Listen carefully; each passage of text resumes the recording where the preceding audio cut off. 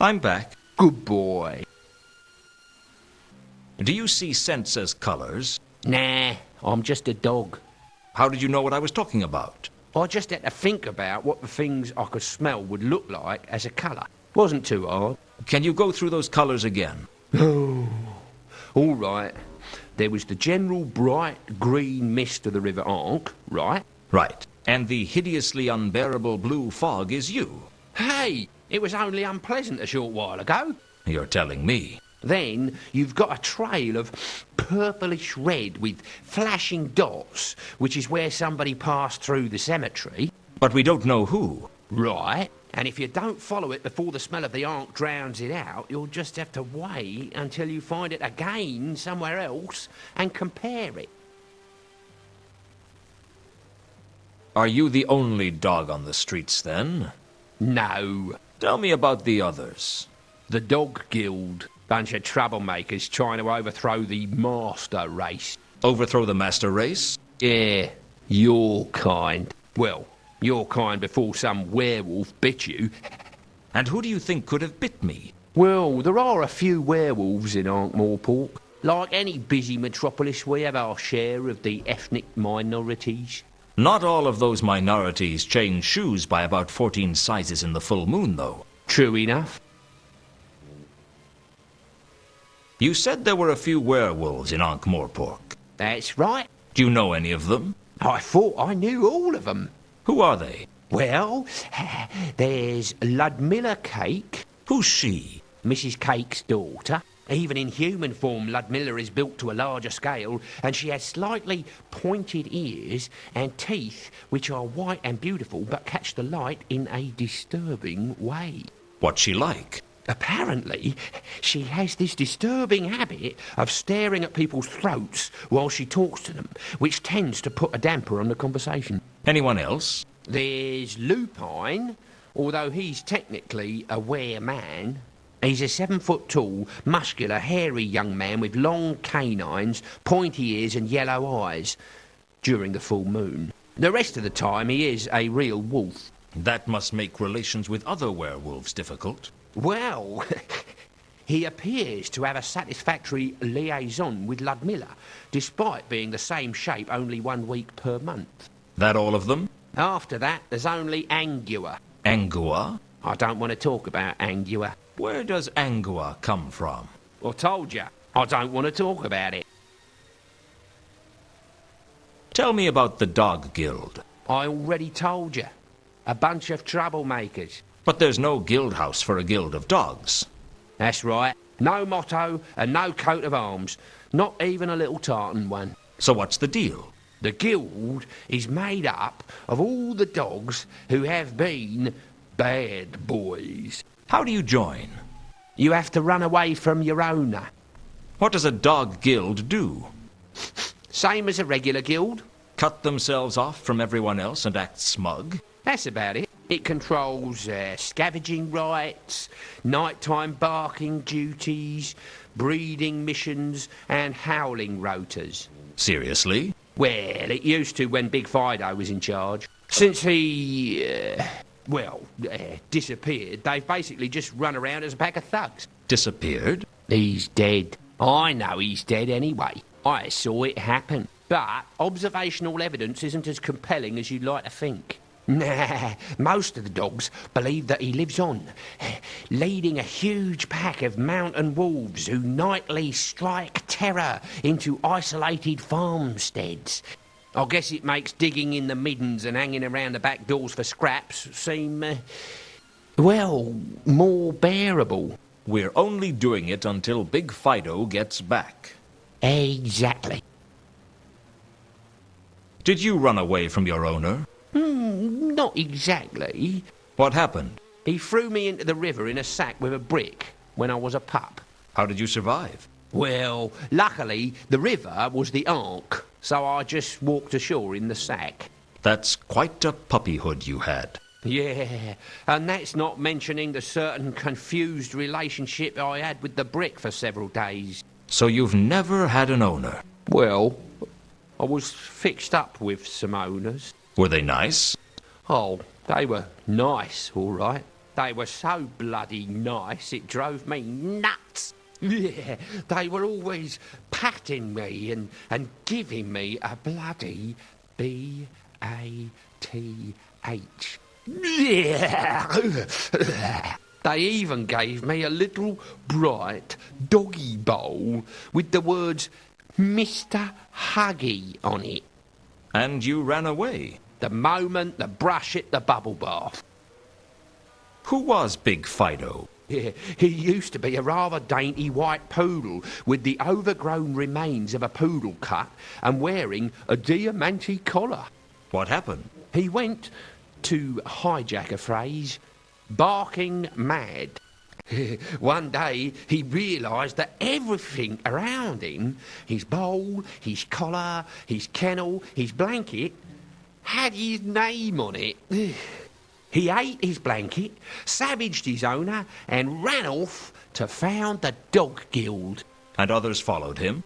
He intimidated others with his dream that all dogs were wolves at heart and needed only to band together to overthrow humanity, the master race, and reclaim their ancient heritage.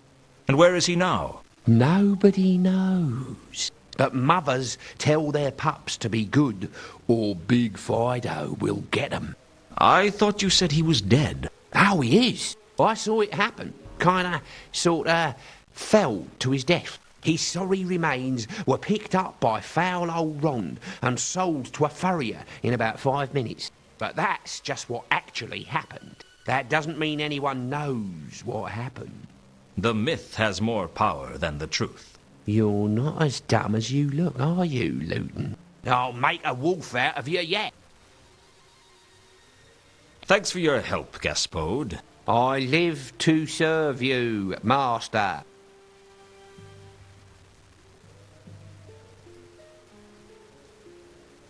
There's a letter at my graveside. Who's it from? Ilsa. Who's Ilsa? An old flame of mine from the good old days. How old? Old enough to be good. What does it say? It appears to be a love letter. Dear Lewton, I'm writing this letter even though I know I will never have the courage to give it to you. I have to leave Ankh-Morpork. I can't tell you why. I wish I could. These last few days have meant the world to me. But I haven't the strength to tell you to your face that I can never be yours.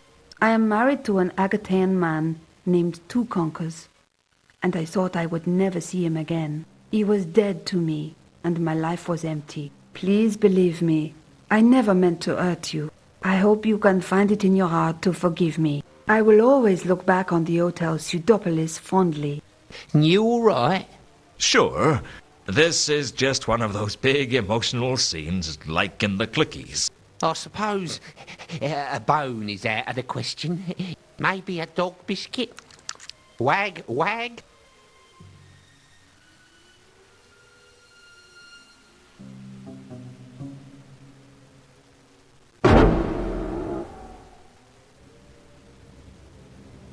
I followed the magenta scent with a certain sense of grim inevitability. I already knew where it would lead.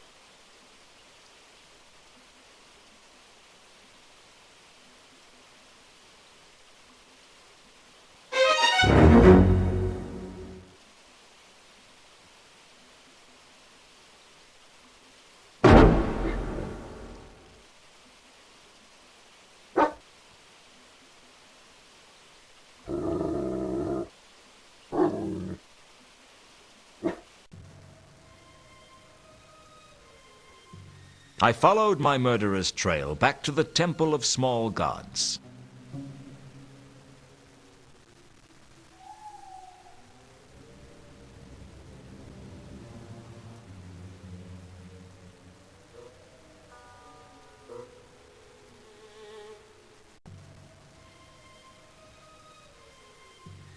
I'd have to look around inside the temple to be sure of who it was. I could see that someone was on the other side of the window.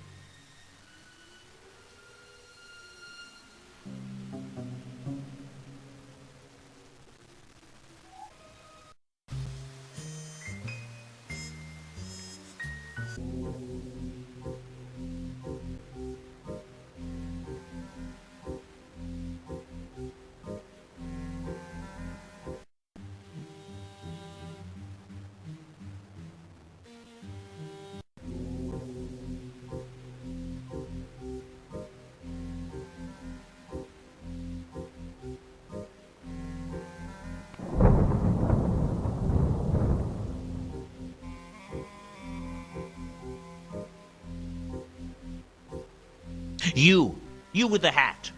Have you accepted Anu into your heart? The name isn't you with the hat, it's Lewton. And no, I haven't accepted Anu into my heart. Why should I?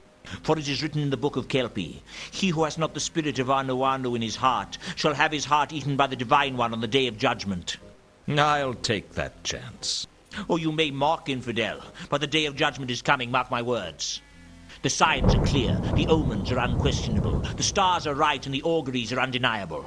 What about the auspices? The auspices are fair to light with a small chance of Judgment Day later in the eon. I think you're taking the auspice.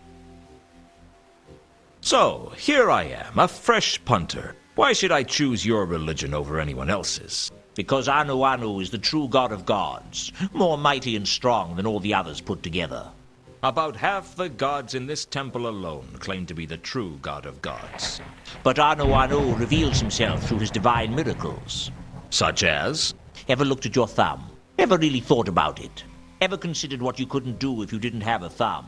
Anu is the god of thumbs? No, but Anu bites away the thumbs of the non-believer. I'm not convinced. Anything else? Join the cult of Anu now to receive a free faux pearl statuette of the great god Anu, a $90 value, absolutely free. Be the envy of your friends as they roast in the fires of Sogorop. Thanks, but I'll pass. So what is Anu the god of? Anu is above being bound to one single concept or idea. He is power incarnate. Come on, level with me. What is he the god of? It's not to be discussed with non-believers. So this is less of a religion and more of a lucky dip. Oh, I feel sorry for you on Judgment Day. You keep mentioning Judgment Day. What do you mean? Mark my words, it's coming. Darkness and evil shall descend on this city, and fetid corruption shall consume the very souls of the unbelievers. Only the followers of Anu shall be saved. Darkness and evil? How exactly are we going to tell Judgment Day from any other day in Ankh-Morpork? By the time you realize what's going on, it shall be too late. It generally is. I'll be here should you choose to repent. Did I tell you that we're giving away free tea towels to anyone who joins this week?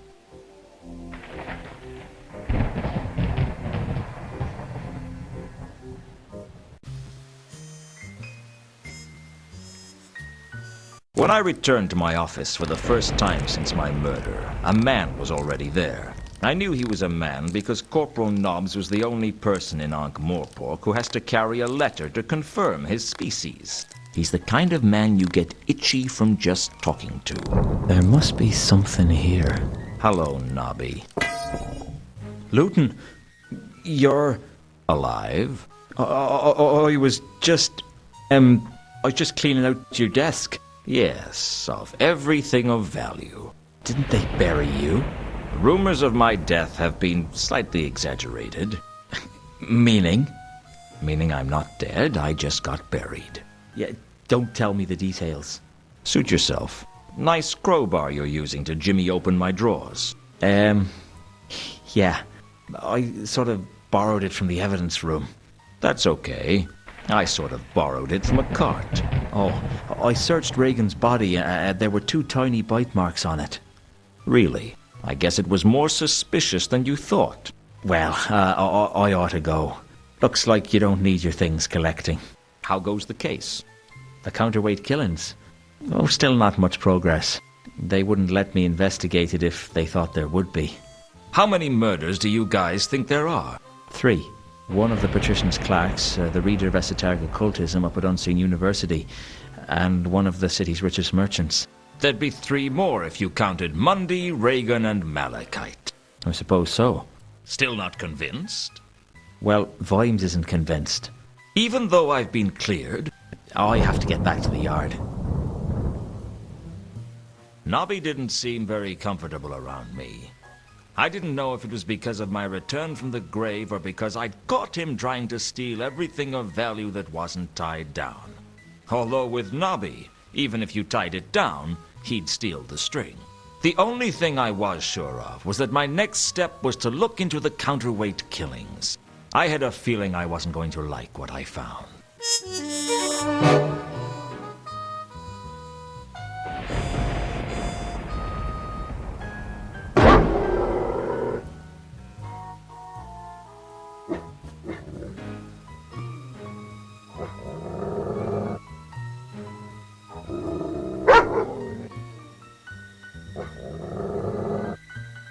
The maroon scent wasn't recent. It suggested the tangy red of iron.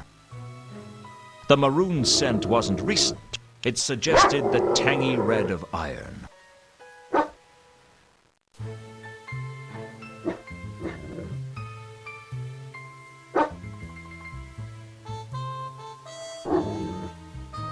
The cloud of teal-colored scent was the smell of tobacco and petty theft.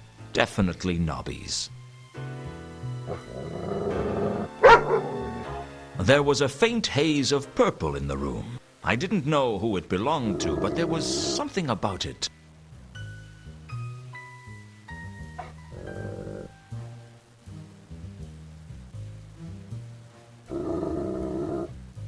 Around the door was a strong, dark cyan odor with an earthy overtone. Around the... It smelled totally different. There was a faint haze of purple in the room. I didn't know who it belonged to, but there was something about it.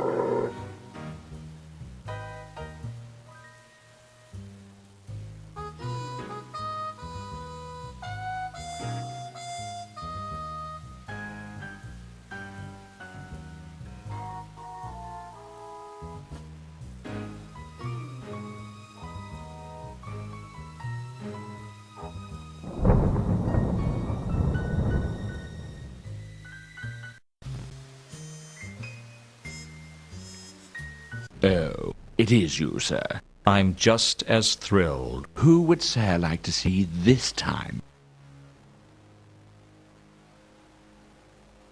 I'd like to see Carlotta. Is she home? I will go and check.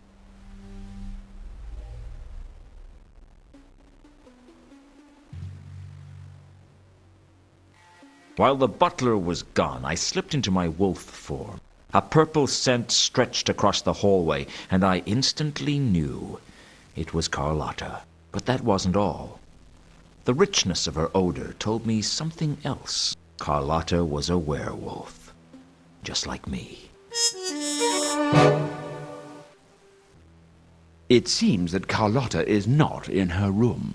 Take a message. Tell her to meet me at the Café Ankh later tonight. As sir wishes. If Carlotta was the werewolf who infected me, I wanted to speak to her as soon as possible. Sheesh! You'd think a guy could take one kiss and wake up the same shape next day, wouldn't you?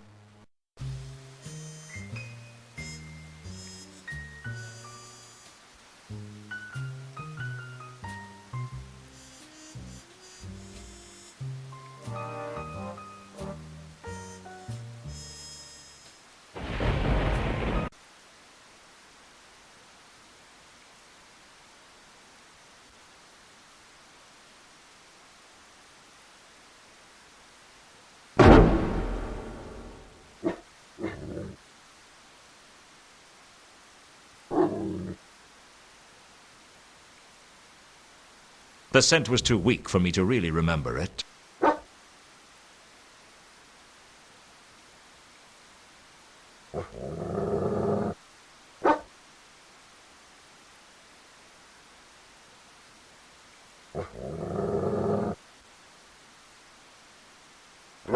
Definitely the same scent as my killer, which meant whoever it was made it into the palace concealed in a wine barrel.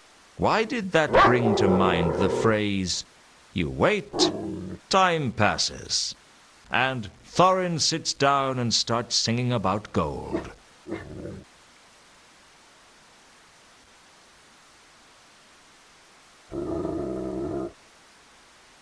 The two scents had a superficial similarity. One was more supernatural than the other, though.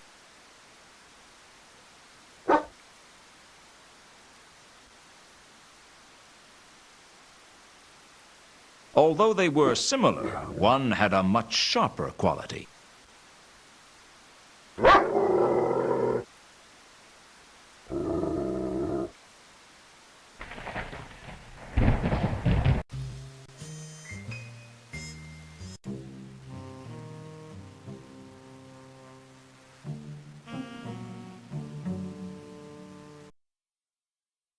You wanted to see me. I tried to reach you at the mansion, but you're never around when I need you. You never need me when I'm around. A funny thing happened to me the other day. You arranged all this just to tell me an anecdote? It's a funny little story. I think you'll like it. I'm listening. The other night, someone stuck a sword through my ribs. Ah, it must have been someone who knew you well. The thing is, not long afterwards, I was in my coffin thinking about it when I realized I wasn't dead. That was lucky. Luck was not a factor. Why did you do it, Carlotta? Do what? Make me a werewolf. If I hadn't, you'd be dead. Would you prefer that? That's not the point, and you know it. You did something to me that was going to change who I was for the rest of my life. And you didn't even tell me. I didn't think you'd understand. Besides, it wasn't as if I planned it. Are you telling me you turned me into a werewolf by accident? How long have you been a werewolf now? Not long. Have you felt what it's like? That force that pulls on you, that draws your attention to every jugular, pulsing with life? The irrepressible call of fresh blood? A sudden attention to the phases of the moon? I have to fight to keep control. We all do. Coming to a city of 1 million people, it's like a starving monkey wandering into a banana plantation.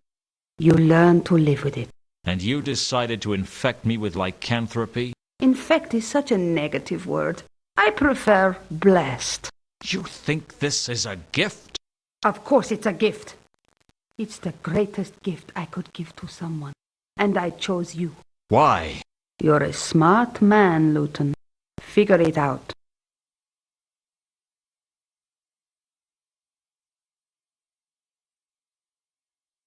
Reagan's dead. I'm not surprised. You don't seem to care. Everybody dies, Lewton. Mundy, Reagan, even you. What's your point? No point. That's just life. Where were you when Reagan was killed? When was he killed? Shortly after dropping you off at the Temple of Small Gods. Well, there's your answer then. So, how many people have you killed? I'm not that kind of a werewolf. I suspected you were a killer even when you were just a woman. Now, I'm certain of it. I was never just a woman. You expect me to believe you've never killed anyone? I have a lot of self-control. It didn't seem that way when we kissed. Don't mistake passion for a lack of self-control. Do all werewolves see the world the same? Everyone sees the world differently, Lewton. That's what life is all about. I meant the colors. Do you see the same colors I do? What color is the smell of the river Ankh to you? A kind of cacophonous bright green. I guess we do then. Whoever killed me had a distinctive magenta scent. You wouldn't know anything about that, would you? Doesn't ring any bells. There was something else about it, like a kind of fluorescent sparkle. Like a greenish yellow-purple? That's the one. That's octarine. Octarine? Sounds like a type of fruit. It's the 8th color of the spectrum. 8th? The basic color of which other colors are merely pale shadows impinging on conventional reality. The color of magic. Conventional reality? Or what passes for conventional on the Discworld. What's that supposed to mean? If I always knew what I meant, I'd be a genius. So what smells of octarine? Anything magical.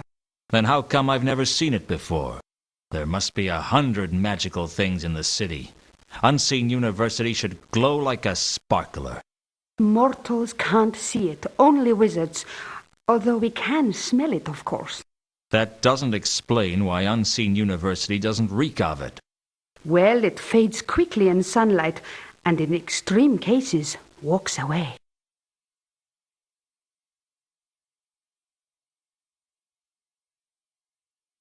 The person who killed Mundy hung him upside down and poked his eyes out. Can you think of any reason they might have done that? What? No. Why should I? Well, you knew Mundy. I didn't. I thought you might have an insight on it that I didn't. Did you kill Mundy? What? What do you think I am, Lewton? It's got nothing to do with what I think of you, Carlotta. But the Watch are investigating, and if they find out about your connection with Mundy, you're bound to be a suspect. So why are you asking me if I did it? Let's just call it professional curiosity. If I had done it, would you turn me in? That depends. On what? On why you did it. You don't strike me as a moralist, Lewton. I'm a simple man, Carlotta. I have simple ideas of what's right and what's wrong. The trouble is, things are seldom that simple. It's always somewhere in the middle ground. I try not to jump to conclusions. In my line of work, that can get you killed. That must be a tremendous incentive to think everything through. I do my best. You still haven't answered my question. I didn't kill him, Lewton, if that's what you really want to know. Do you have an alibi? I told her when the murder took place and asked her if she had an alibi. I wasn't surprised when she did. Frankly, I reckon I could have said any day and any time, and she'd have had an alibi. She was that kind of woman. There are witnesses who can corroborate where I was. And where were you? I was in the Temple of Small Gods. Spend a lot of time on your knees, do you, sister? We all need a little absolution. For your sins? Everything I do is a sin in someone's eyes.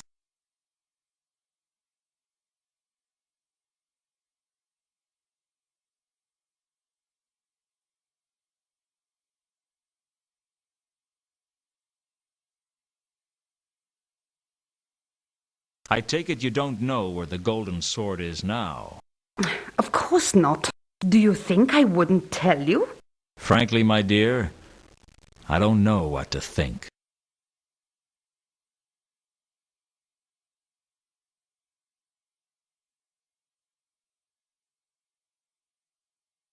I wasn't about to ask Carlotta about herself. What do you really know about Alkali? He works with Horst, and that's about all I know. With him or for him? It's hard to say. Are you working with me or for me? I'm working in spite of you. Do you know a woman named Ilsa or a man named Two Conkers? Be careful, Lewton. I don't appreciate people wasting my time.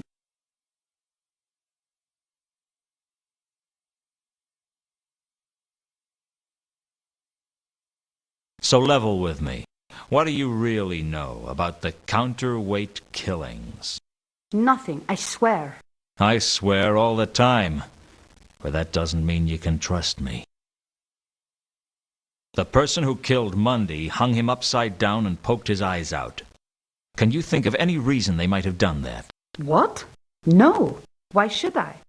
Well, you knew Mundy.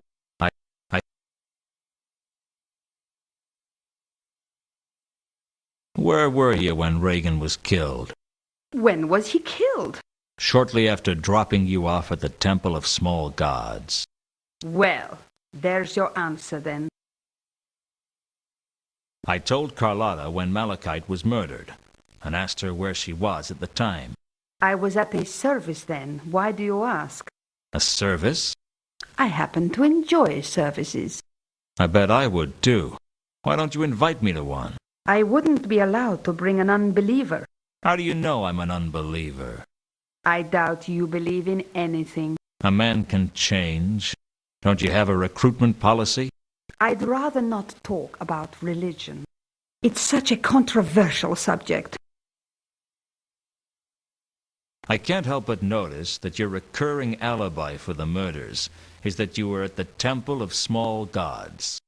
Everyone needs a little solace now and then. You seem to need it a lot. I'm not easily satisfied. Which god is it that you worship? I really don't like to discuss religion. Come on. I only want to know the name. All right. Her name is Errata, but I don't appreciate you prying into my spiritual affairs like this. Can I pry into your physical affairs? My affairs are never just physical. I bet you say that to all the boys.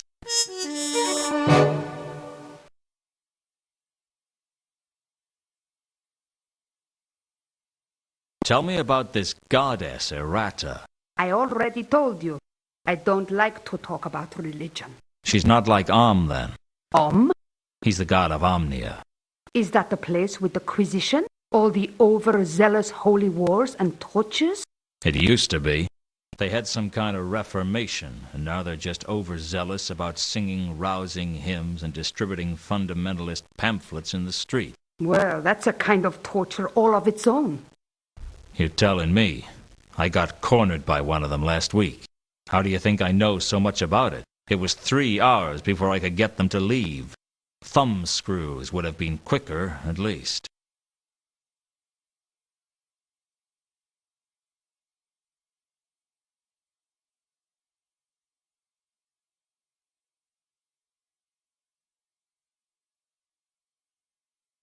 I got a key from Reagan's body.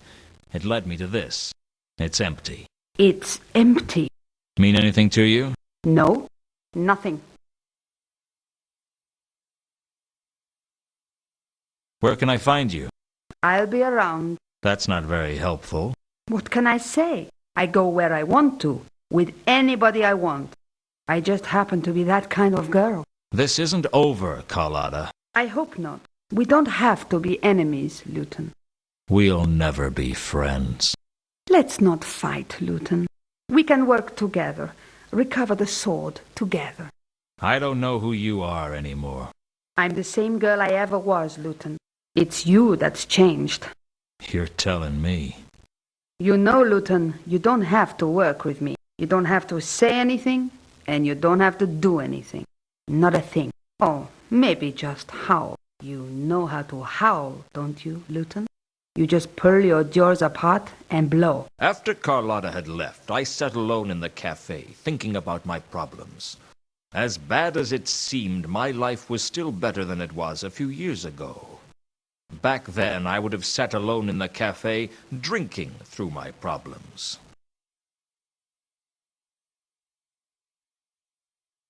Some ale, Mr. Lewton.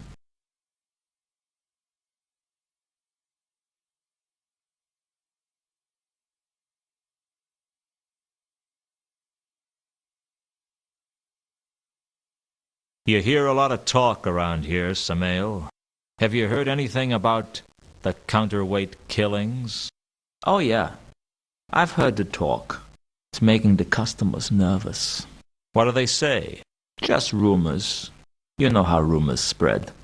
Well, let me know if you hear anything that has the ring of truth to it. Can you think of any reason that Mundy might have been hung upside down before he was killed? Sorry, Mr. Lewton, I don't know anything about that. Do you know anything about Reagan's murder? Sorry, Mr. Lewton, I don't know anything about that. What do you know about the murder of Mount Malachite? Sorry, Mr. Lewton, I don't know anything about that.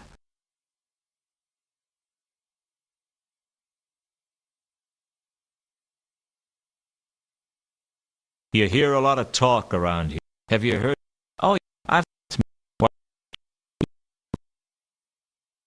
Have you heard about the murder of one of the patrician's clerks? Sure thing. I was interviewed by the watch about it. You? Why? He was the clerk in charge of the palace stores. He was the one who bought the wine for the palace. Really? So do you know anything about the murder? No. Sorry. But there should be someone here from the palace any moment now to collect the next shipment. You could ask them. I guess I could. But I doubt they'd tell me anything. Do you know anything about the murder up at Unseen University? No. Sorry. Don't you get wizards in here? You're just around the corner from the university. No, we don't get wizards here. The wizards prefer the mended drum and other noisy establishments. What about the other staff? Well, some of the other staff do call in every now and then. I guess the closest to a regular would be Cassandra, but she's not working there at the moment. At the moment? She quits her job occasionally, but she always goes back. The university pays her a good wage for what she does. Which is? Mainly laundry and a bit of dusting. If the pay's good, why does she keep quitting? She doesn't get on with a head chambermaid up at the new hall. Why? Mrs. Folmes has a bad reputation as someone to work with. I heard that a merchant was murdered. You wouldn't know anything about it, would you, Samael? A merchant? I think you better ask at a less reputable establishment. I could get into trouble suggesting that something was up in the Merchants Guild. Why? The cafe is part of the Merchants' Charter. The Merchants' Charter? It just means that if we're found to have caused any bad publicity for the city or the guild, they send someone round to smash the windows. Doesn't that cause bad publicity? I'd rather not pursue that interesting point.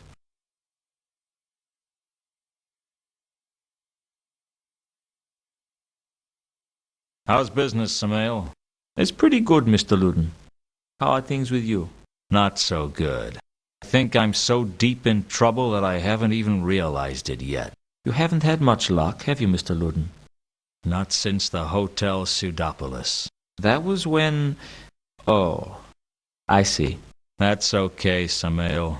I don't mind talking to you about it. You're like family. Thanks again, Samael. No problem, Mr. Lewton.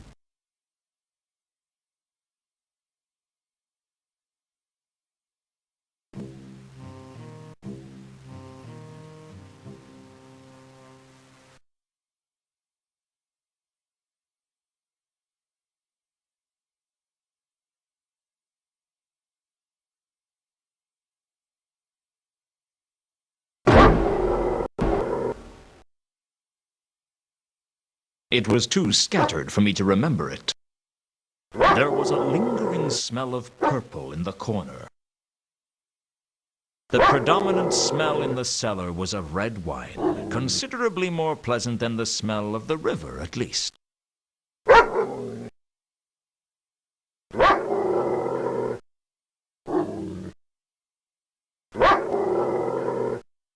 The scent was very weak, and I didn't think I would be able to remember it very well. There were some faint traces of a light blue scent in the corner of the cellar.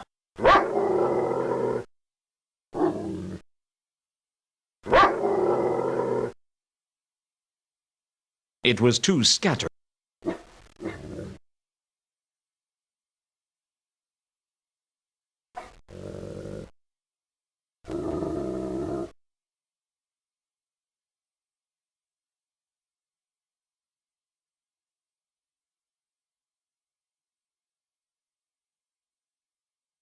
The palace was due to buy some more wine. As far as I could tell, they would be collecting it sometime soon. Just like Samael had told me, there was a box of receipts in the cellar.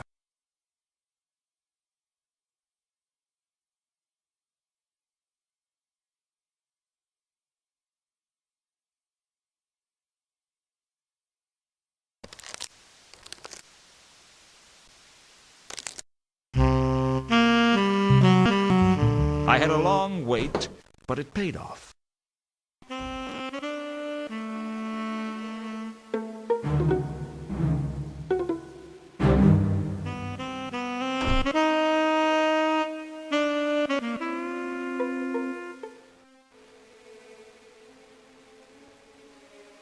The wine barrels had allowed me to break into the palace.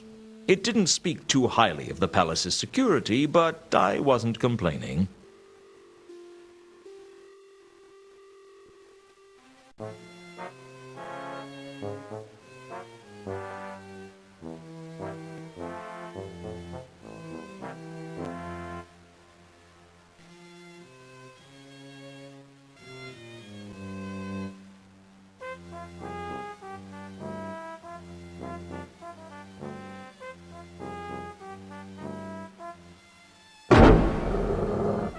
As a wolf, my hearing was dramatically improved. I could recognize one of the voices as Commander Vimes, and the other voice had the calculating tones of Lord Vetinari, the patrician of Ankh-Morpork. Are you any closer to a solution for our mutual problem? No, sir. I've been occupied. Indeed. And what could occupy you? There was a string of copycat killings. I've been trying to solve them. And have you? No, my lead suspect was killed. That is very unfortunate. It certainly was for Lewton. So there has been no progress in determining who killed Cypher. Not as such. I had been given to understand that this was precisely the situation you were well equipped to handle. I will solve this case, sir. You can count on me. Do you recall what I said the city reminds me of? You said it reminds you of a clock, sir. Indeed. Big wheels and little wheels, all turning at different speeds to keep the machine working. That, after all, is the most important thing. The machine keeps going. You've told me this before. Do you know why it keeps working? Because you want it to keep working? I'm flattered that you think I have such importance. But no, it keeps running because the people believe it will keep running. Faith is a powerful force. There is a point to this, sir? I always have a point. Sometimes it's sharper than others. I'm sorry. Continue. One of my clerks has been found face down in a vat of wine, and that makes it appear as if the administration has lost control. And the administration is me, right? We are all the administration. You do the work, and I take both the credit and the blame. Provided I do not take the blame, I am content. I trust I make myself clear. Perfectly. Suddenly I could smell blood. It filled up my senses like a night in a forest. Except a night in a forest didn't make me want to tear someone's throat out. I didn't know whether the guard had cut himself or if I was just developing a healthy bloodlust, like any young werewolf. But I couldn't control myself. The next thing I knew, I was in my office. I had no idea how I got there, how I got my coat out of the palace, or where I'd got a traffic cone from. It had been that sort of night. I was sitting at my desk, thinking over the case, when there was a knock at the door. I understand you've been a busy boy, Lewton. It's a busy life when you're a private investigator. Plus, you get to see interesting foreign places and learn a trade. There was a commotion at the palace last night. Perhaps you know about it? What goes on at the palace has nothing to do with me. Indeed it is not. And if, for some reason, you did take an interest in the palace, I'm sure you would not be so foolish as to be caught breaking into the palace. Of course not. Think I'm suicidal? Strange you should say that.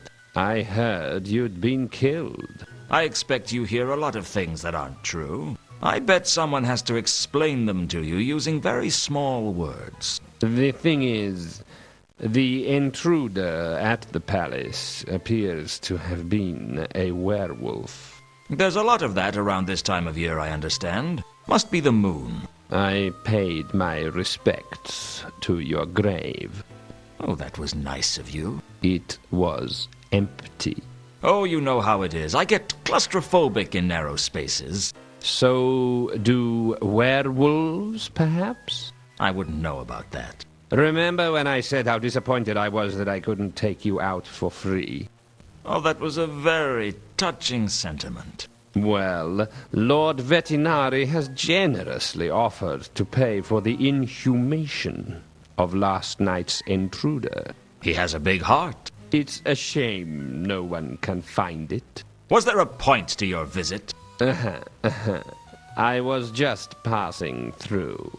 Thought you might benefit from my advice. How generous of you. Well, I'll be on my way. The door's behind you. I can explain how to use it if you want. Watch your steps, Lewton. I will be.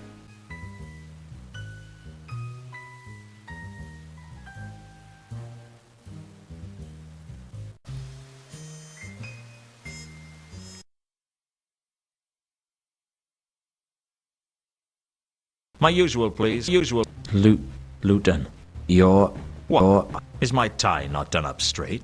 Is there an unfortunate mark on my nose? I heard you were dead.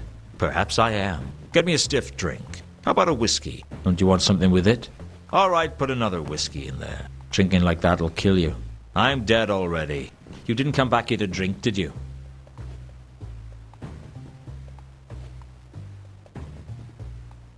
Have you heard of the counterweight killings? You mean, have I heard that there's an unstoppable assassin from the counterweight continent in Ankh-Morpork, and he's slaying everyone and everything that gets in his way? If you like. Haven't heard a thing. Apparently one of the wizards up at Unseen University got themselves killed. That's right. The reader of esoteric accounting or something. Esoteric occultism, yeah. How did you know that? I was speaking to Mrs. Foams earlier. Mrs. Foams? She's the head chambermaid up at the new hall. One of the halls of residence? Yeah, the big one that runs off from the huge library. What did she have to say? Just that this wizard had died in mysterious circumstances. Although she sounded like mysterious circumstances are pretty normal up there. It'd be a nice change if someone died in unmysterious circumstances for a change. Can't be easy working at the university. You couldn't pay me enough to make me work there. Oh no? No amount of money would make you work there? Well, obviously not a huge amount. For enough money I'd do anything. Anything? Well, not involving fish, broccoli, or vinegar. I hear a prominent merchant has been killed. Heard anything about it? All I heard was that someone in the Merchants Guild got killed. That's all I know.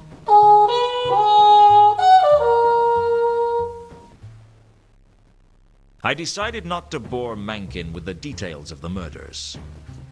It was probably bad enough to have had one in his establishment without me going on about it, tempting though it was to watch the little rats squirm. See you around? Yeah, whatever.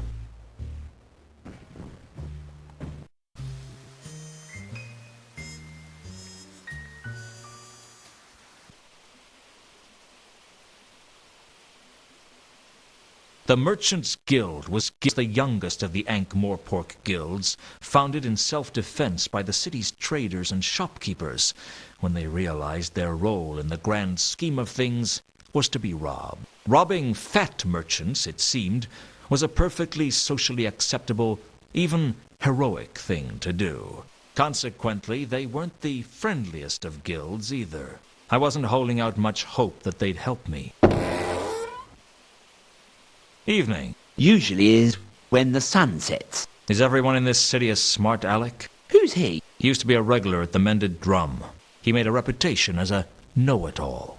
Used to be? The Mended Drum is a bad place to use the phrase, no. Where did they find his body? The Shades. And the Diesel Gate. His kidney down a well in Dolly's sister's, I think. Bits of his innards all over the place. Sounds like he had a lot of guts. So how did you end up working on the door? Who? There's only so many good positions to go around. I take it this isn't one of them. Oh, it's not that bad. I get to hear all the interesting news with this job. And has anything interesting happened recently? Oh, yes. Such as? We got a new kettle. Much nicer than the one with the leak that we used to use. You boiled water in a kettle with a hole? Well, we made a lot of steam anyway. It wouldn't stay in the cups, though. And that's the most exciting thing that's happened here. Oh, exciting. If you want exciting, you should see the new colour scheme in the coin-shaving room. Come on. Someone was murdered. Wasn't that exciting? Oh, sure. Why didn't you mention that? A guild policy. We're not to discuss the incident with outsiders. What's all this about coin shaving? You haven't heard of coin shaving? No, I didn't even know they grew hair. Well, you take a coin and you carefully shave off some of the gold, which you can then melt down and sell. Easy money. I think I see a problem with that. Yeah? Well, I didn't think there was any gold in Ankh-Morpork dollars. Well, there isn't. And not anymore. We kind of shaved them too much. So what do you use the coin shaving room for? We keep the kettle there. It sets off the new decor superbly. That's why you redecorated it? No, we used to keep the old kettle there, only all the wallpaper fell down. I don't understand. Why is it guild policy not to discuss the murder? Well, as you probably know, we formed the guild to stop the dreadful habit of visiting heroes robbing all the fat merchants. Yeah, I heard that. Ah, yonder lies a fat merchant, they'd cry, using that special landlord a flagon of your finest ale hero talk. Let us relieve him of some of his ill-gotten gains. Pon my scalliard. Next thing you know, they've robbed you blind. That's the thanks you get for years of service. Years of service, carefully mixing sand in the sugar and switching the number plates of the donkey carts. Hey, that's a very stilted view. What about all the other top-quality bargains we offer? Ah, yes. All those once-in-a-lifetime, never-to-be-repeated, absolutely didn't fall off the back of a cart offers. Exactly. Plus, we keep the economy of the city running. By giving small sums to the less smelly beggars? Annually, yes. You were telling me about guild policy. Ah, yes. Anyway, it was decided that it would be the Merchants Guild's policy to fully further the aims of its members, advertise the civic charms of Ankh-Morpork, and beat 7 kinds of hell out of anyone with a leather loincloth. Advertise the civic charms of Ankh-Morpork? Are you saying you don't like Ankh-Morpork? Oh, no. Absolutely not. I heard what you guys did to Castroaster. Damn straight. He got tired real quick. This doesn't explain why you can't discuss the murder with me. Well, the Merchants Guild is supposed to be the shining beacon that shows the rest of the world how unsurpassably wonderful Ankh-Morpork is. By robbing them blind? Oi! Watch it. Sorry. Continue. Anyway, the point is, it's bad publicity if we're seen to have a murder in our ranks. Couldn't you sell it as a tourist attraction? What? You know, come to Ankh-Morpork, site of the infamous counterweight killings. Show some respect. A merchant lies dead, struck down in his prime. So do half a dozen other people. True, but they weren't merchants. So how exactly do you go about advertising the civic charms of Ankh-Morpork? We pursue those misguided people who publicly fail to recognise the many attractive points of this fine city. Pursue? Yes, we hire large gangs of men with ears like fists and fists like walnuts to point out that Ankh-Morpork is in fact a marvellously clean and decent city in which to live. A process whose ongoing nature might be swiftly curtailed if they don't shut up right now. I suspect they see sense. Oh yes, even if their eyes are a bit swollen.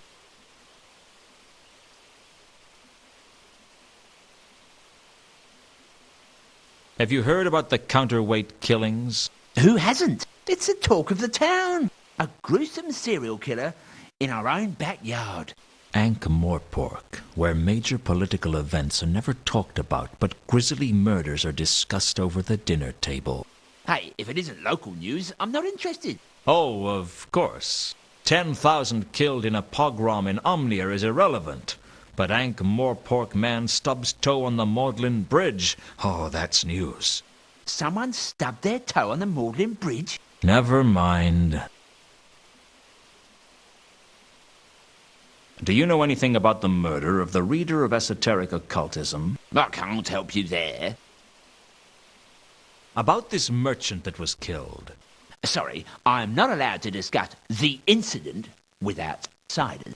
A guild policy. It wouldn't hurt to tell me the broad details, would it? It would hurt a lot. They'd throw me off the roof. No one's going to know. I'd know about hitting the ground. Is it really that important to you? The Merchants Guild takes its policies very seriously. So it seemed.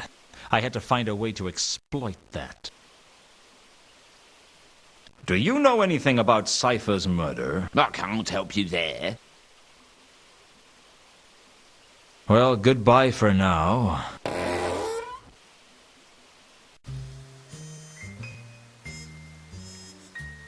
Who would Sir like to see this time? Can I see the Count? I am not in a position to know how good your vision is, but you may see the Count, which I believe is what Sir actually meant in Sir's untutored way. The Count's health was getting worse. He wasn't making much sense. Is that you? I knew you'd come for me sooner or later. Is it time? Is it time already?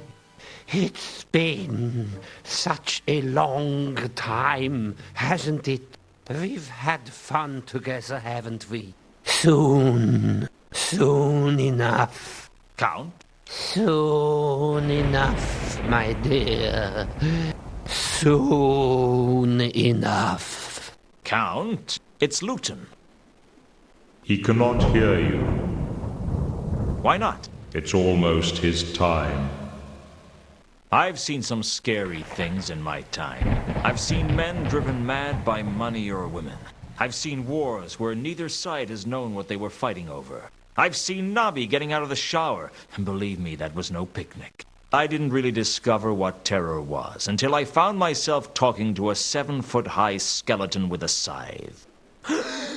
You're deaf! Am I?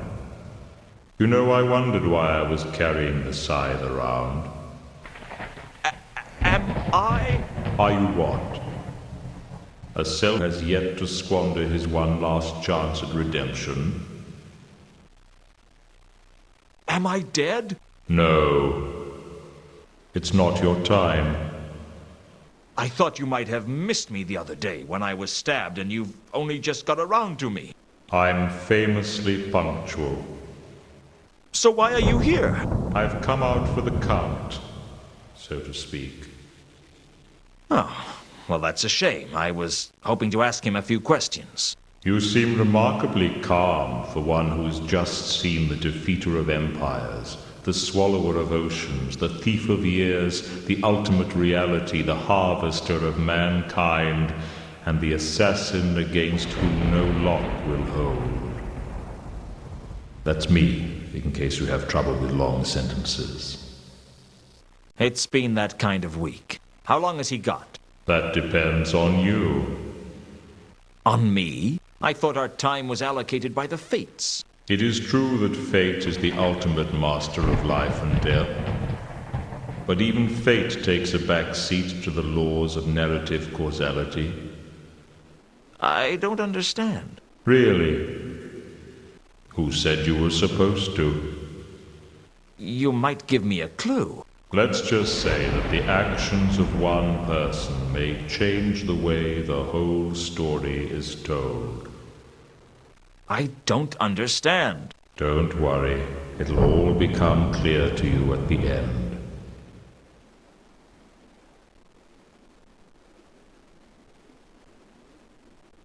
I don't suppose you know anything about mosses. Moss? Did you say moss? Plants. Yes. Lots of plants here. Can't remember much about them these days. The memory fails. There are books, though. I forget where. Ah, yes. The library's apocrypha. All the books are there, you know. May I use the library? Eh? What was that, my boy? The library. Ah, yes. The library's apocrypha. All the books are there, you know. You can use it if it will help your inquiries. How go your inquiries? Have you heard from Reagan? No. Not yet. This room contains the Von Uberwald's Libraris Apocryphus. So, will I trust be careful not to damage any of the priceless tomes. I'll be careful. One would be very upset if one was to return to find, sir, perhaps folding paper animals from a priceless folio edition of the Dictionary of Eye-Watering Words. What are they? They are books, sir. I realize that. What are they about? The Libraris Apocrypha is a collection of obscurities and rare volumes from across the continent. If knowledge were an animal, the Libraris would be a great dragon. Sir, by the same scale, would be a kebab on an ant's barbecue. I'll be careful.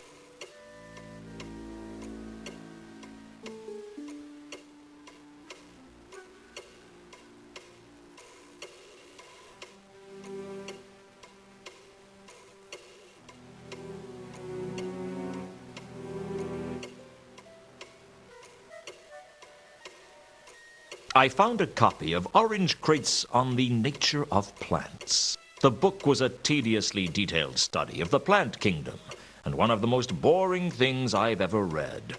But I found the moss in there. Apparently it was a lycanthrope, a type of animate moss with crude locomotion, found only in the worst sewers in the most decrepit urban areas. Apparently the lycanthrope looked like harmless moss until something to eat walked by. Then they transformed into a deadly lichen and devoured their prey, at least as long as it was small enough. Otherwise, they just clung on for dear life.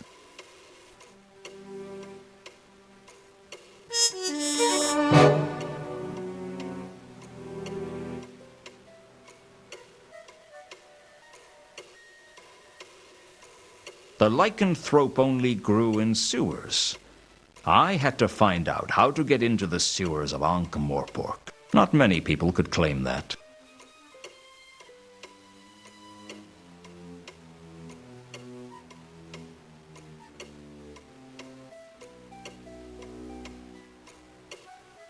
I checked through the library and found some ancient plans of the city of Ankh. There was an intricate sewer system beneath the city. It must be thousands of years old. It would be in quite a state if it was still around, and as far as I could tell, it would be under the waterline if there wasn't a drought on. Given the rains that we'd had recently, I could only find one section of sewer that might be above water. There was a shallow sewer running from the Magdalen Bridge around the rimward side of the Royal Winter Palace of the Kings of Ankh, now the home of the patrician. I guess the designers weren't allowed to put sewers under the palace grounds, which might have been why the Royal Summer Palace of the Kings of Ankh was a long way from Ankh-Morpork. That and the stench of the river Ankh, anyway.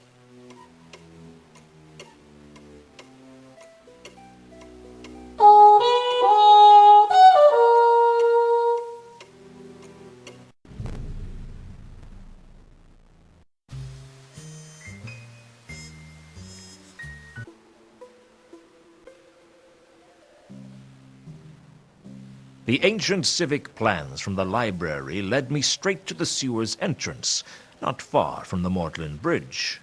A relatively small tunnel was concealed beneath a pile of debris that must have accumulated over the centuries. It looked as if most of the tunnels here were actually still above the water line, or the sludge line, to be more honest about it.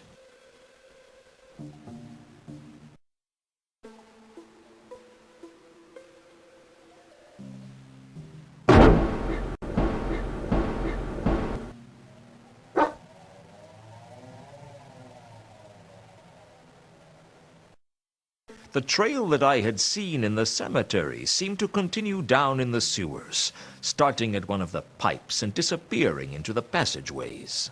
It was almost drowned out by the smell of the Ankh, though.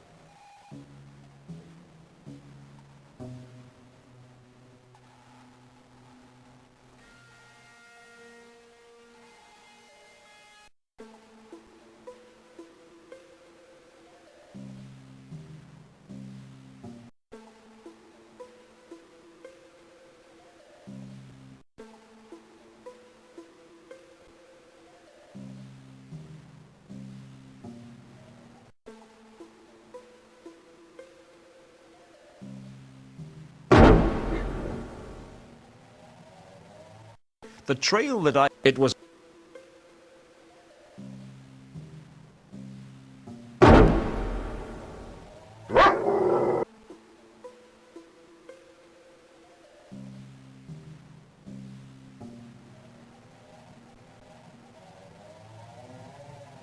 The magenta scent permeated the niche, stronger even than the smell of the Ankh. There weren't many times in life you got to say that.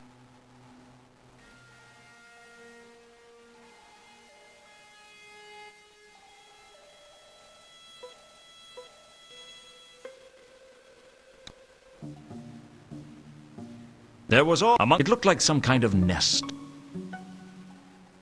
Amongst the garbage was some kind of pendant.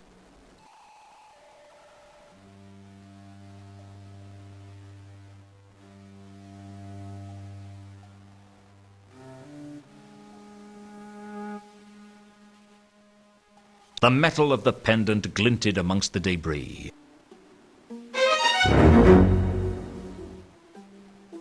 As I stood in the alcove examining the pendant, I felt as if I wasn't alone. It was the same presence I'd felt in the milker's hold. I could feel the cold touch of death upon me. It was a strangely light touch.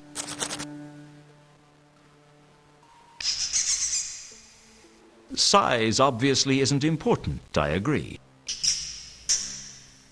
You are death, right?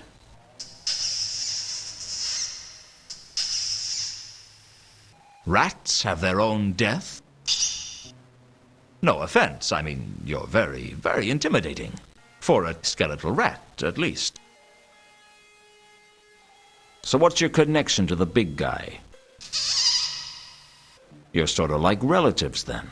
You probably get together for birthdays and hogwatch night. I'd like to see that. If you don't mind me asking, were you on the Milka before? I thought so. What were you doing on the Milka? Uh-huh. No, please. Go on. Did you see anything?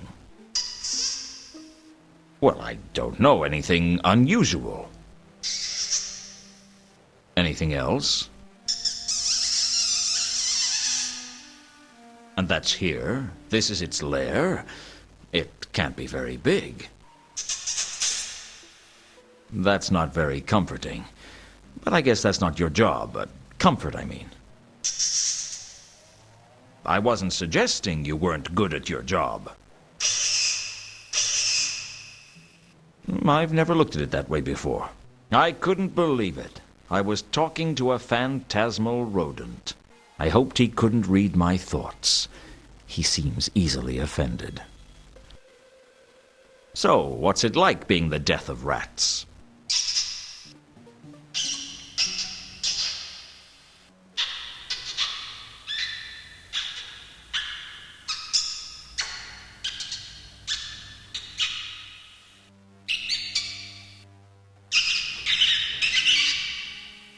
You don't get to talk much, do you?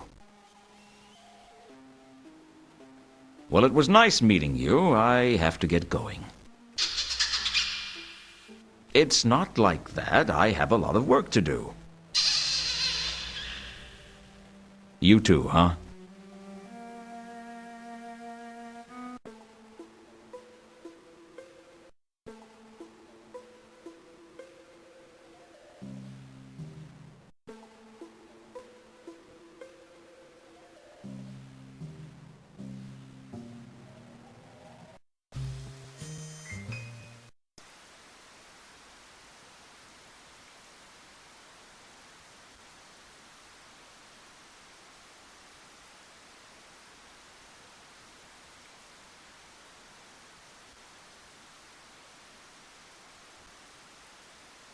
It always looked much easier in the clickies.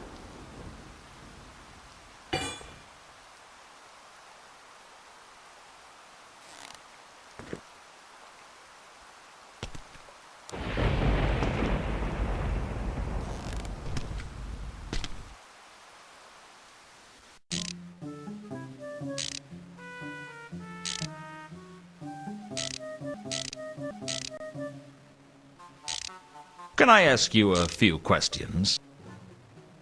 Well, we are a little busy at the moment. Can it wait? How long? Just a day or so. No, then it can't wait. Very well. What did you want to know?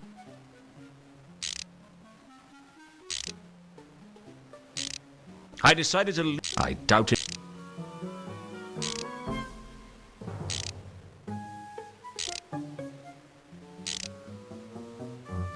Do either of you recognize this? Is of much familiarness. From where? Near sort being somewhere near. Ha! Yesness. Seal on temple in Alkali. It's the seal on the doors of a temple? May I see? Sure. Why not? Ah, yes, I recognize that. That's from the temple with the intricate door locking mechanism, isn't it? Quite a marvel of technology for the era it was built, those doors. I was very impressed with them. Now, what was the name of the god it was dedicated to? I can't quite remember. I know. I am sure you do, but give me a moment and it'll come to me. I think he meant it's from the temple of Anu Anu. Ah, yes, I remember. The temple of Anu Anu at Al-Khali. A lovely building. And this is a replica of the seal. Of much sureness. Replica of most exactitude. That might be helpful to know. Thanks.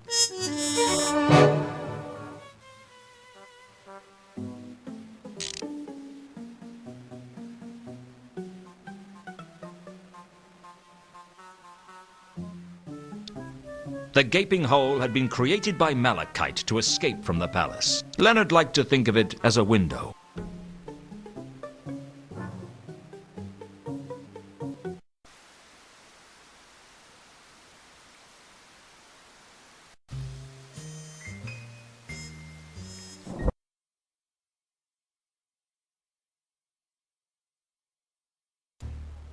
Wanted, bed maker and laundryman for Unseen University.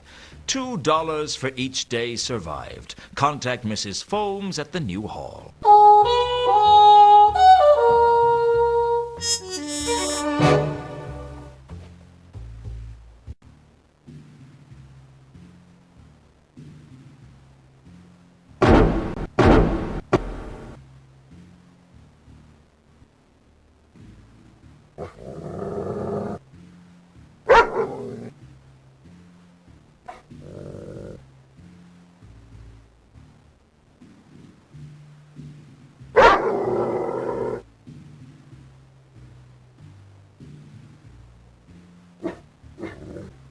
Dark cyan was the most prevalent smell in the dressing room.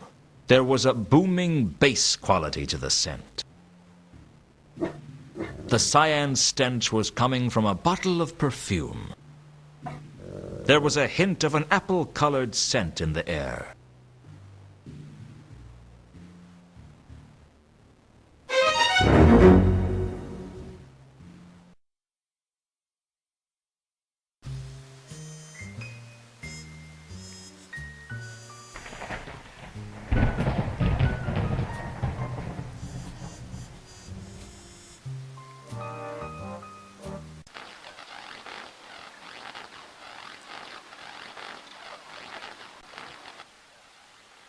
Unseen University was positioned along a large stretch in the river Ankh, and its campus was convoluted enough that it was hard to tell where the university ended and the city. It would be wrong to say that the people of the city respected the wizards of the university, and it would be wrong to say that they hated them.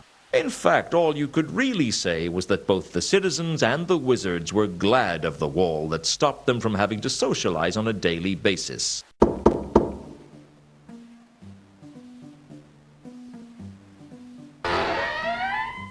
Mrs. Foames? Yes, I am she. What do you want? May I come in? No, you may not. I've come about the job. Is that a fact?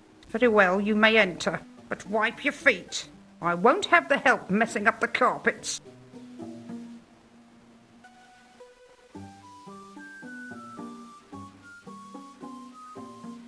Now, you've come for the job, Mr. Lewton. And yes, I am interested in the job. Well, as the head chambermaid, the decisions about hiring staff falls on my shoulders. Do you have any experience? No, but I'm a fast learner. Well, the pay is $2 a day. There are no perks. If you want it, it's yours.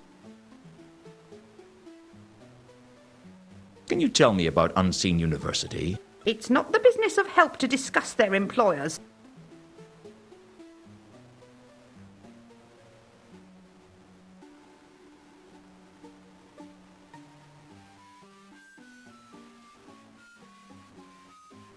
Do you know anything about the counterweight killings?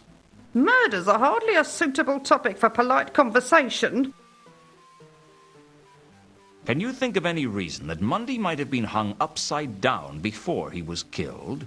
Murders are hardly a suitable topic for polite conversation. Do you know anything about Reagan's murder? Murders are hardly a suitable topic for polite conversation.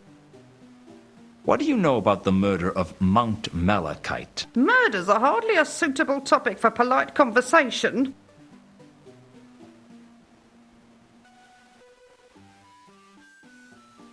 Do you know anything about the counterweight killings? Murders are hardly a suitable topic for polite conversation. Is it dangerous working here? Only I heard that one of the wizards was murdered. Don't let that bother you, Mr. Lewton. The affairs of the staff are not our concern. You don't think I'm in any danger? Goodness, no. The odd death is just the natural course of campus politics, I'm afraid. It's a shocking turn of affairs, but we mustn't question it. Dead men's pointy boots, and all that. Now, do you want the job or not? Dead men's pointy boots? Yes. No questions asked as to the manner of their emptying, if you know what I mean. I see.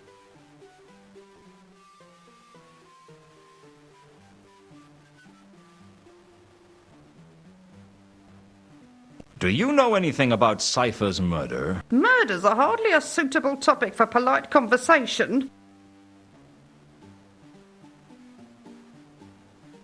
I'll take the job. When do I start? You can start now by making the beds. The dorm is through that door. I advise you to leave before the students get back. Why? Boys will be boys, Mr. Lewton. And apprentice wizards are the worst kind of boys imaginable.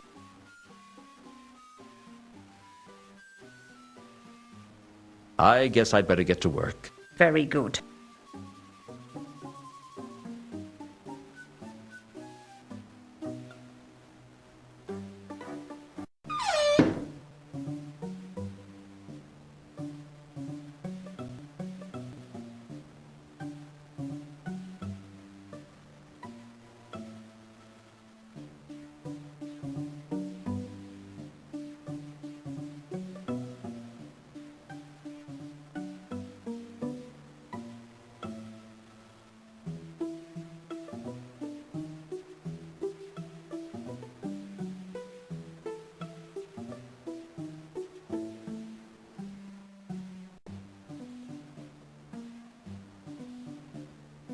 The only interesting thing I could find in the unlocker was some books. The students had their very own unlockers to keep their possessions in. This sturdy-looking unlocker seemed in better condition than the others.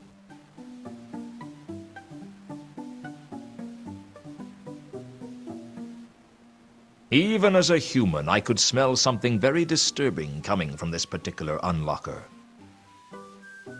Given the smell of the unlocker, I was grateful it was locked.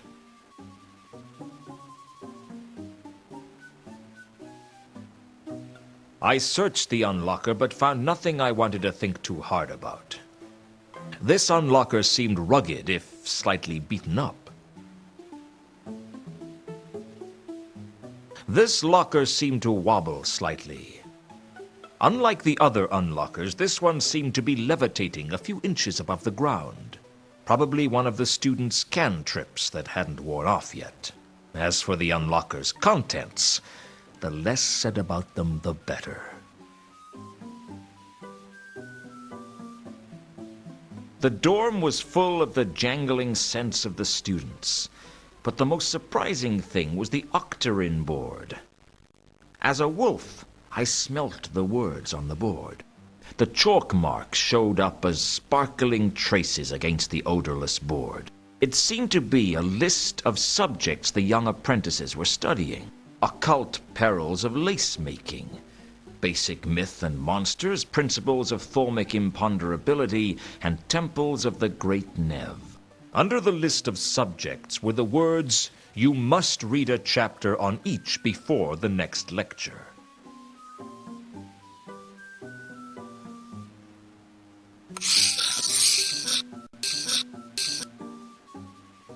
I tried to write on the octarin board with the chalk, but I couldn't see what I was writing. The chalk marks were invisible to my eyes. The octarin board appeared blank to my eyes, but I had a feeling there was something written on it I couldn't see. A few sticks of chalk, a type of chalk made from octarin carbonate, were resting on the top of the board. Carlotta had told me that only wizards could see octarin, which explained why the board looked blank to me.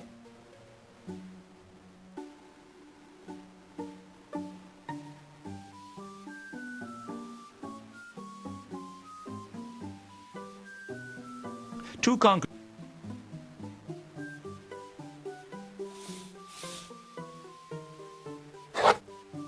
I altered one of the subjects on the board, switching the Great Nev for Al-Kali. Now all I had to do was see if anyone took the bait.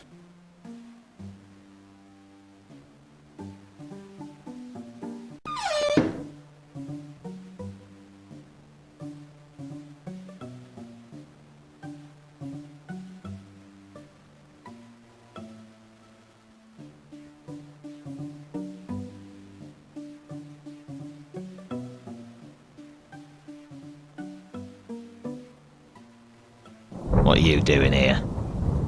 The name's Lewton. I'm working for Mrs. Foames. You're the new bed maker, eh? Well, you can't come any further than this, Lewton. Wizards only in the library, thank you. Wizards only? Well, wizards, apprentices, and orangutans. Are you a porter? No, I'm a bledlow. And there's a difference, all right? What's a bledlow? We look after the students. Look after them? Just like the watch looks after the city. You throw your weight around and beat them senseless when they do something wrong? That's about the size of it, yeah. You don't mess with the lobsters. Lobsters? Just a nickname we've picked up over the years. Why? If you see us get our hands on a student, you'll understand. You make it sound like you're hunting them down. Of course. All students are guilty of everything.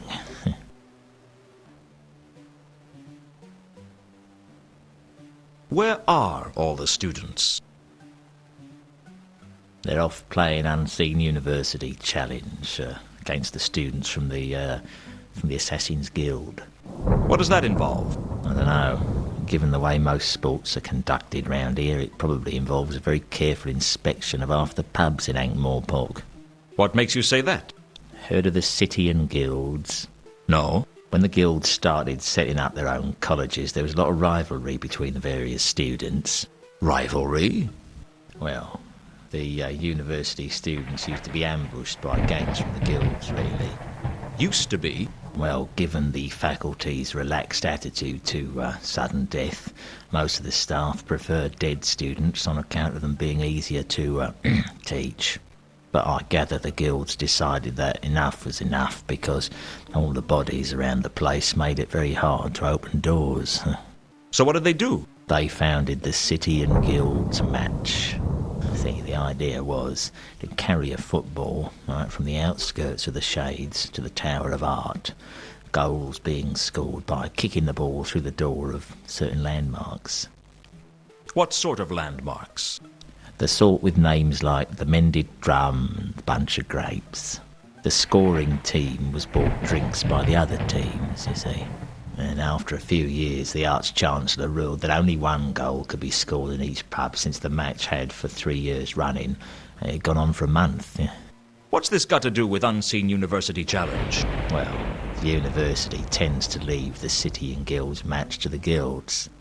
They prefer a more cerebral challenge. Such as going straight to the pub, not passing go, and not bothering to come back?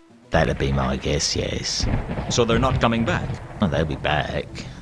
They need to come to the library to get their course books.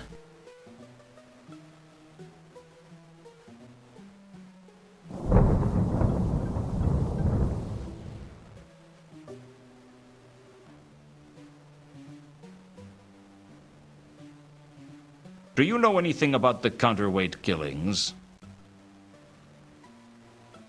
It's not me place to discuss murders, Lewton. I hear the reader of esoteric occultism was murdered. Yep.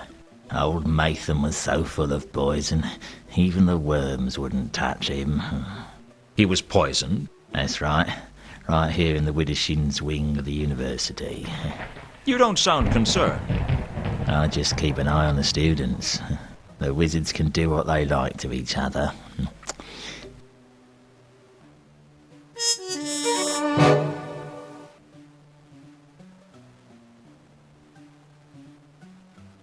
Have you heard about the recent murder of a rich merchant? It's not me place to discuss murders, Lewton.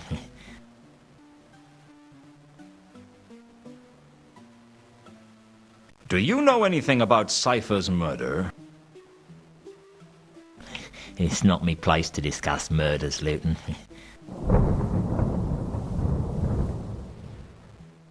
Who do you think killed Mathan? Well, that shouldn't be hard to work out, eh? Just see who fills his shoes. You think it was an internal matter? I don't see why not. No one else has got a reason to be killing wizards, have they, eh?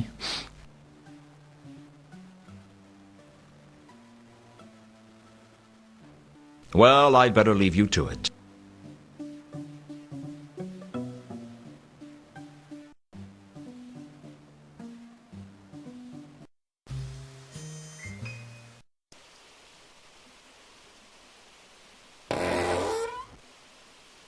Mind if I ask some more questions? As long as they're not about the incident.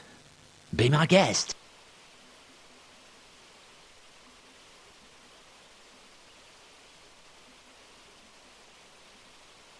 I hear up at the Unseen University they talk about dead men's pointy boots. Yes, I've heard of that. Really? Yes, they ask no questions about how a wizard's shoes were emptied. Operate the same policy here, do you? What? Hey, what are you implying? Well, you know, here you are, stuck on the door. Then a merchant gets killed, leaving a vacancy in the hierarchy. I did not kill Gaming. But there aren't any witnesses to that, are there? There aren't any witnesses at all. He was alone in the guild house when... Oops. Thanks for the information. Wait. Don't tell anyone I said anything. They'll lynch me. I'll keep quiet if you tell me everything you know. No, I've already said too much. Well, it was good while it lasted. Now all I had to find out was how Gaiman had been killed. And I had a feeling I wasn't going to learn that here.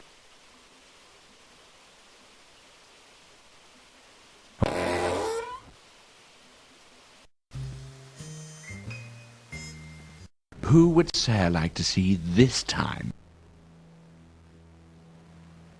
Can I see the Count? I am not in a position to know how good your vision is, but you may see the Count, which I believe is what Sir actually meant in Sir's untutored way. Still here, I see. In a sense.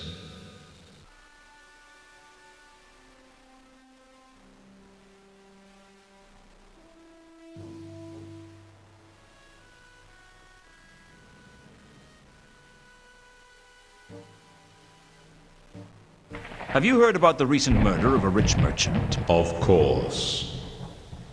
You were there? Well, yes. I have to be. But this is very irregular. Of course. You know about all these murders, don't you? I mean, you're basically an accessory after the fact. Or possibly before the fact. Young man, I am the fact. Well, tell me everything you know. Are you sure? It would take millions of years. I meant about this case. We could stop anyone else from being killed. No. Absolutely not. You can't expect me to be a witness in a murder inquiry. I'm going to take the fifth. The fifth what? No one ever says what fifth. They just take it. And I'll have the 6th, 7th, and 15th through 23rd, just to be on the safe side. So you won't tell me anything? Oh, lots of things.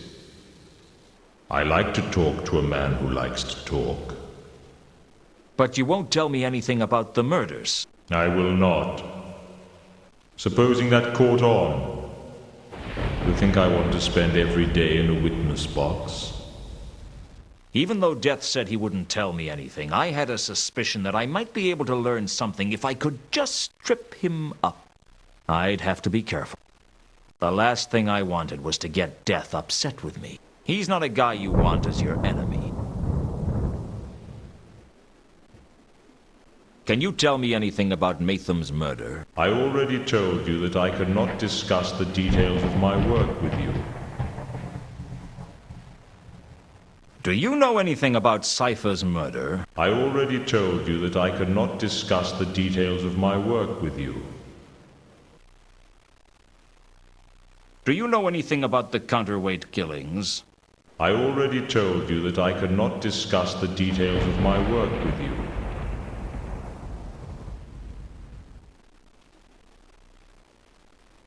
According to the gatekeeper at the Merchants Guild, nobody witnessed Gaiman's stabbing. Gaiman wasn't stabbed.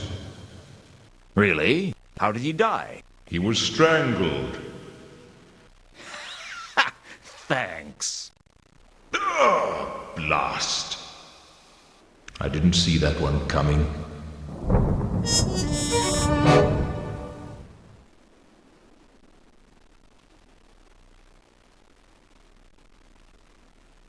Well, goodbye.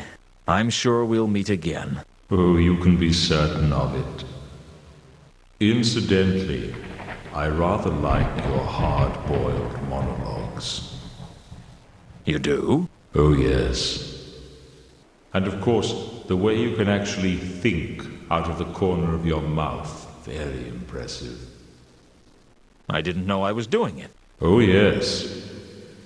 Take that, you doity rat. Wonderful stuff. Very entertaining. You know, sometimes I've wondered if I should take the scythe around in a violin case. It would certainly add to the atmosphere of menace and uncertainty. Really? Of course, I don't play the violin. And I can't talk out of the corners of my mouth. It's a great shame.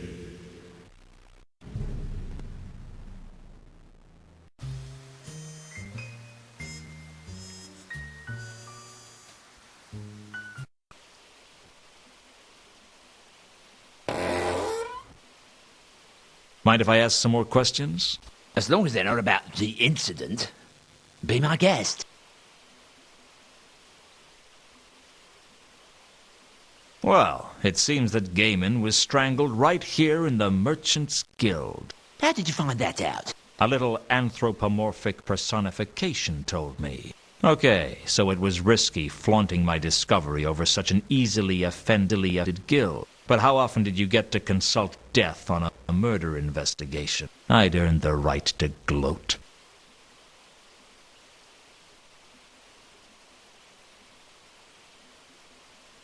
Can you tell me anything about Maytham's murder? I can't help you there. Well, it seems that How did you find... a little Okay, so it was risk, but how often? I'd earned the right. Well, goodbye for now.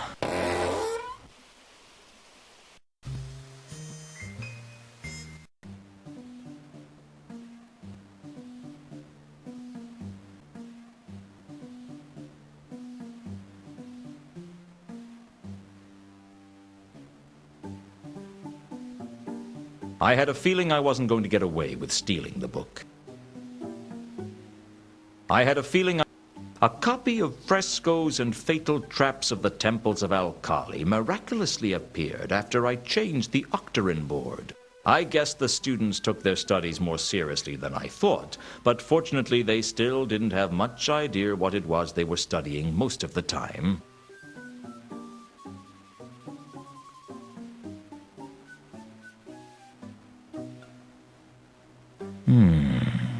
What have we got? Occult primer. Monster Fun Grimoire, full of myth. The theory of thaumic imponderability.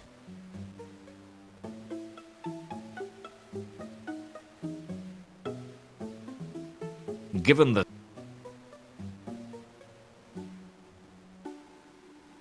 I search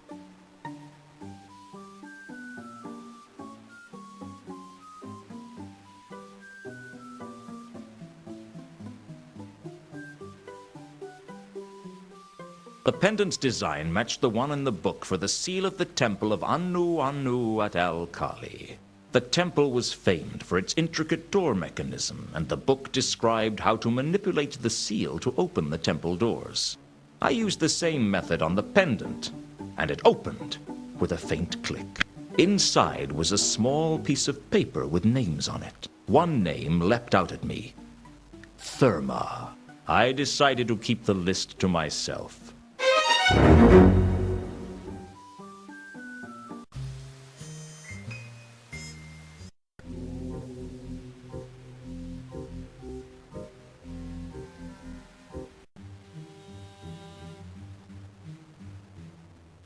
I need your help again, Malaclips. They'll all need my help sooner or later. They just don't know it yet.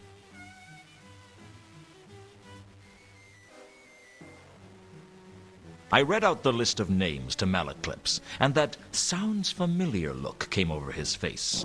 Ah, yes. Anu worshippers are these. The first ones. They're up to something secret, too. Out of Malaclips's ears, soft in the darkness, they scheme.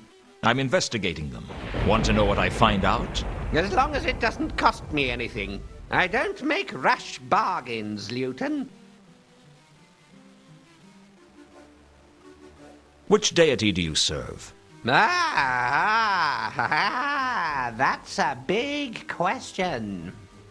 Which deity do you serve? I don't serve any deity. Then I don't serve any deity either. I'll tell you mine if you tell me yours. You...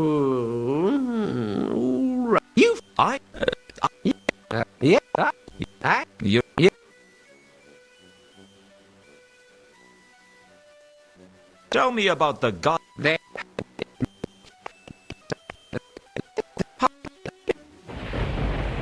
So... You said you knew all but one What? That...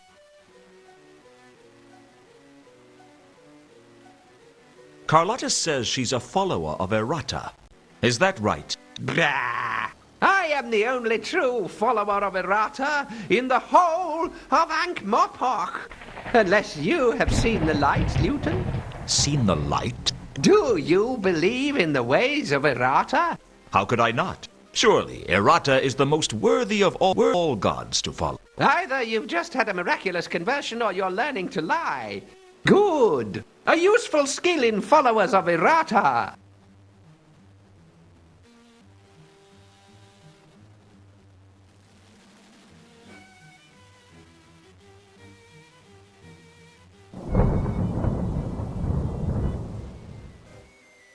Have you heard of dead men's pointy boots? Indeed. It is said that in order to gain advancement to a higher position, the wizards of Unseen University fight a duel to the death armed only with their pointy boots. Are you sure about that? As sure as I am of everything. Do you know anything about obscure jewels? I know that the tear of Offla has been stolen again. Again? They spend 1 month of the year admiring it in the lost jeweled Temple of Doom, and 11 months of the year tracking it down after someone steals it. And the other month? In the 13th month, they have to fill out all their insurance forms. Insurance? An Agatean concept. People pay money against the odds of a particular disaster or theft occurring. It's complicated.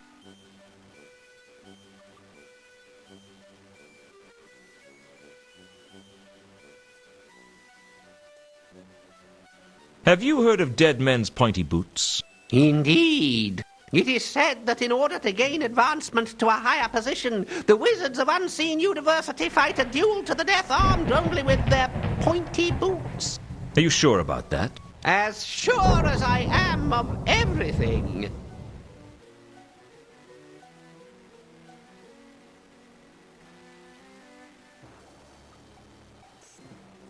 Tell me about the counterweight killings.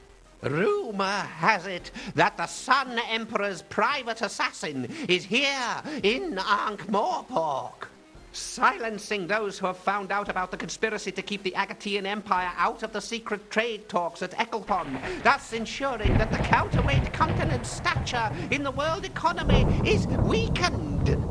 Hold on, slow down a minute. Who's the Sun Emperor? The ruler of the Agatean Empire, of course. The Agatean Empire? That's on the counterweight continent, is it? Shh! Not so loud. Don't you know about the patrician's conspiracy to deny the existence of the counterweight continent to the populace? He could have us killed just for talking about it. But everyone knows that the counterweight continent is real. We had a tourist from there a couple of years ago. Privately, everyone knows, yes. But publicly, it's still just a legend. And the patrician makes sure it stays that way. So what you're telling me is that an assassin from a nation that publicly doesn't exist is here killing off certain influential figures. Exactly! And all this has to do with a trade meeting at Ecclepon. Apparently, there may be more to it than that. Why Ecclepon? That's hundreds of leagues away. Yes, but Ecclepon is the nearest port to the Agatean Empire. And agents of the Ochre Revolution from the counterweight continent are going to be at the meeting. I see. What do you know about the murder of the patrician's clerk? He wasn't killed. He's been smuggled out of Ankh-Morpork by a team of crack Ephebian ontological guerrillas. Ontological guerrillas? A vicious band of terrorist philosophers trying to spread their doctrine that our existence is purely an abstract experience mediated by a limited sensory experience, which cannot be relied upon to provide accurate perspectives or any true reality should one exist. Sounds plausible. So, they got to you too, did they? What about the reader of esoteric occultism? Do you know about his murder? Ha! Internal politics. It is of no consequence to the world what happens inside Unseen University. Even if they accidentally summon hideous demons from beyond space and time? As long as they stay inside Unseen University, no problem. I heard a prominent merchant was killed. That's right. A gangland killing by the Shin-Kicker Triad. They told Bjorn Iron Trader to stop trading with their rivals, but he didn't listen to them. I don't think that's the murder I'm interested in. Maybe it should be.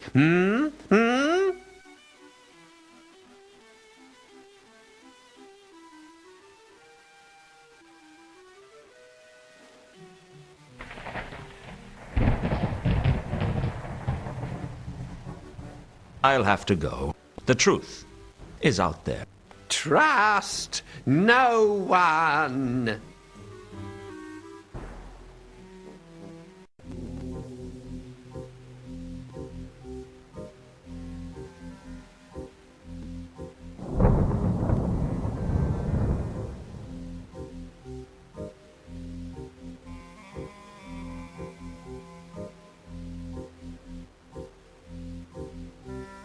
I wasn't about to reveal that I had the list to Mooncalf. I had a feeling that would be suicide. But perhaps I could use it to trap him. Someone told me that you know Therma. Indeed. And who might that have been? It's not important. Is she part of your cult? No. No, she's not. But you know her. No. I've never met her. I see. What about Satrap? Are you intending to bore me with a list of people's names? I haven't time for this tomfoolery. I must preach the gospel of Anu Anu. Thy kingdom Coom and all that. Yes. Indeed. I'd clearly unsettled him mentioning Coombe. Now I just needed to sit back and watch what he got up to.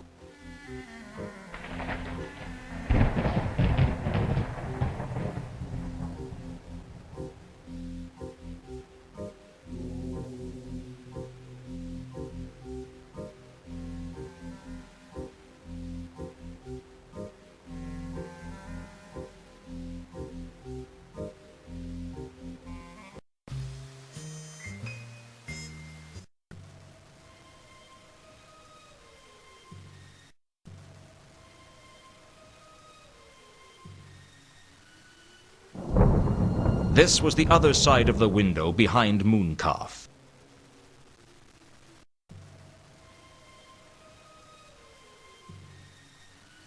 I could just about make out that Mooncalf was saying something, but I couldn't make out what.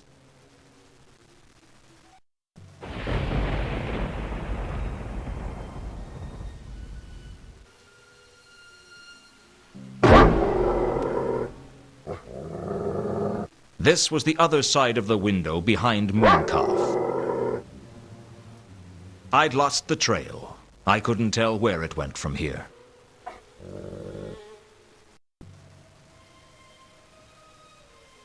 With my sharpened wolf senses, I could hear what Mooncalf was saying to the troll. And I think we may have to do something about it. We will have a meeting of the true believers after this evening's sermon. Sure thing, boss. You want I should go now? No. You keep an eye on Lewton if you can. I'll go back to the sanctuary and leave a message for the others. You got it, boss.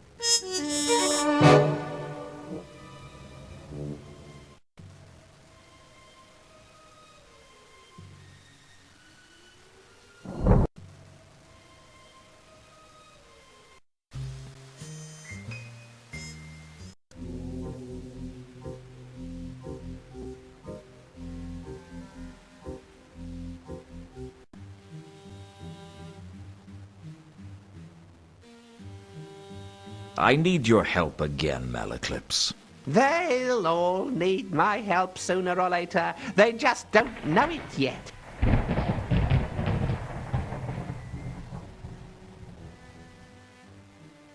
I overheard Mooncalf talking about a meeting of the true believers.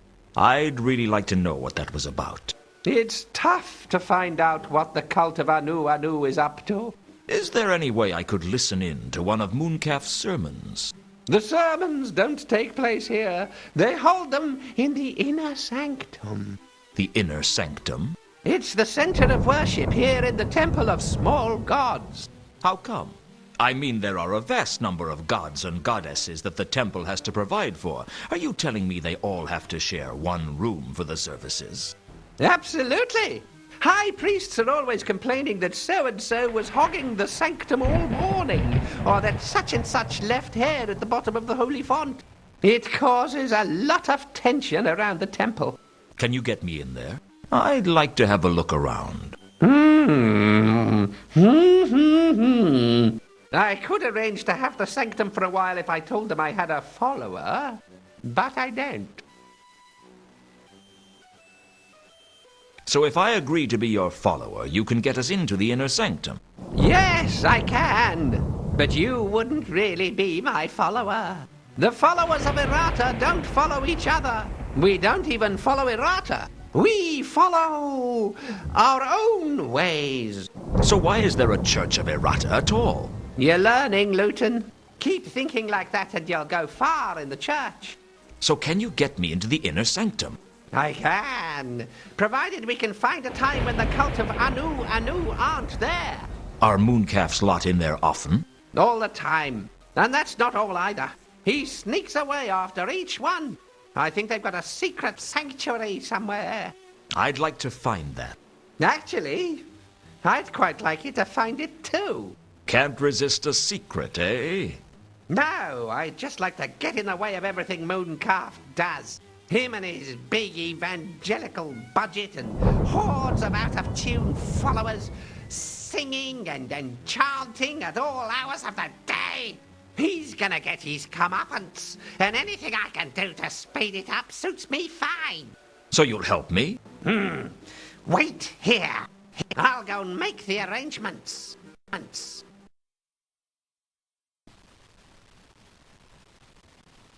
It took a while, but eventually Malaclips got me into the inner sanctum. Malaclips stayed by the door to warn me if anyone was coming.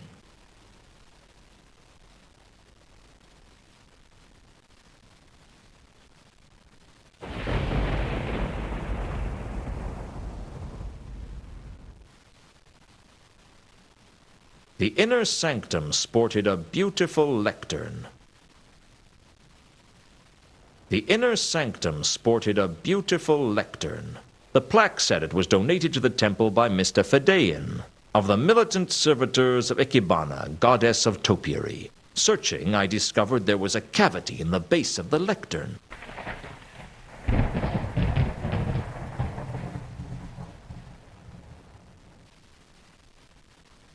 The space under the lectern was large enough to fit a whole person inside. Unfortunately, there wasn't much room to move inside. To my embarrassment, I got stuck. Lewton! They're coming! Hide! I'm way ahead of you, Malaclips.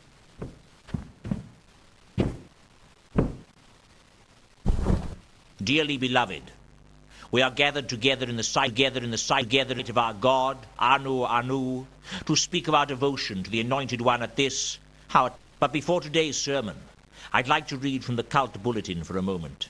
Firstly, there's a jumble sale next Saturday to raise funds to buy a fresh goat to sacrifice. We'd appreciate it if as many cultists as possible could attend. We don't want to have to sacrifice another pigeon. It hardly befits a deity of the illustrious wonder of Anu to be sacrificed another of Mrs. Jerboam's gerbils either. Yes, I know they breed like flies, but that's not the point. The sermon was one of the most tedious things I'd ever had to listen to.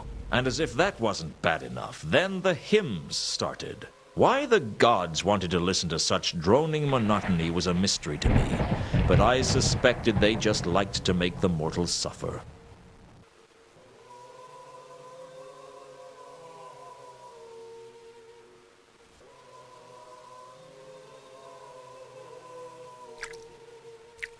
I sprayed Mooncalf's feet with Sapphire's trawl perfume.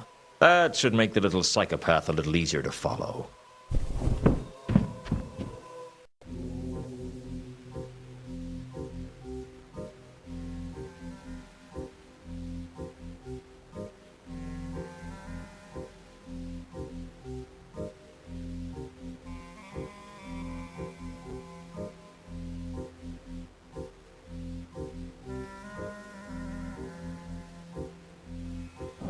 Sapphire's perfume cut through the stench of the river like a trawl wading through a dwarf street rally.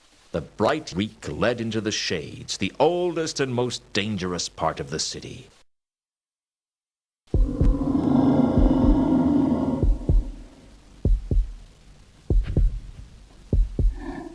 As a wolf, I listened to what the so-called true believers were saying through one of the windows of the sanctuary. Greetings, brethren. I call to order this extraordinary general meeting of the secret cabal of the true believers of Anu. You smell nice tonight, boss. What? What is that? KC2? What are you blathering about, Foyd? Anyway, I see we're all present. Therma not present, boss. Therma has to keep a low profile at the moment. Do not concern yourselves with her absence. Why should Therma have such special status? I have important business of my own to be doing, and these interruptions aid no one. Quiet, satrap.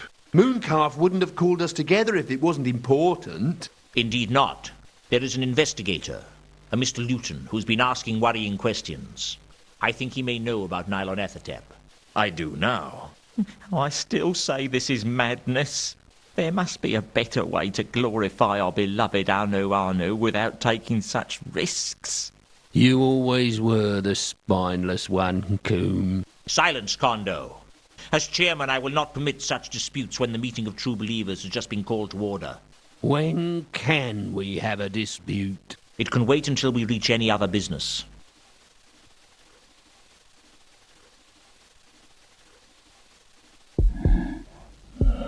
Damn. Shh. What is it? I heard something outside. They say bravery is what tells the men from the boys. Well, I was a wolf, so I figured I could be brave and still run away.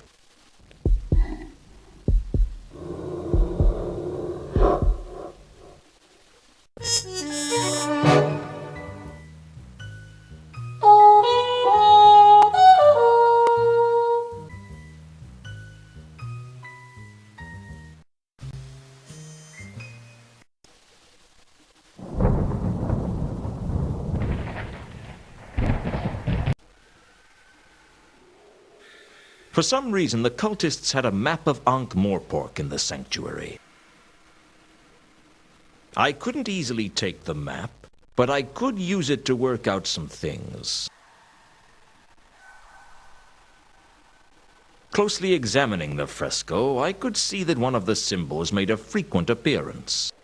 The sanctuary was decorated with a strange and disturbing fresco. I made a sketch of the symbol in my notebook.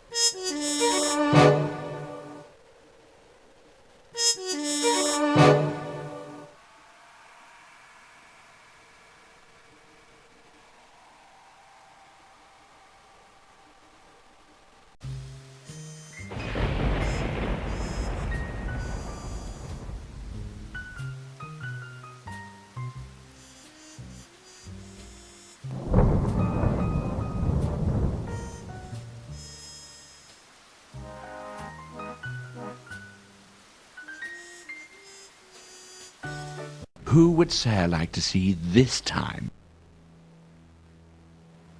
I'd like to use the library again.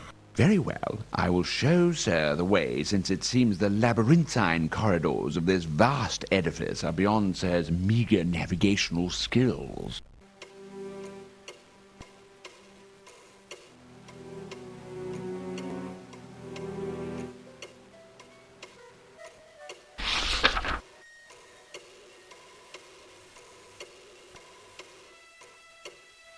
Mooncalf's cultists had mentioned nylon athatep, but at first I didn't know what it meant.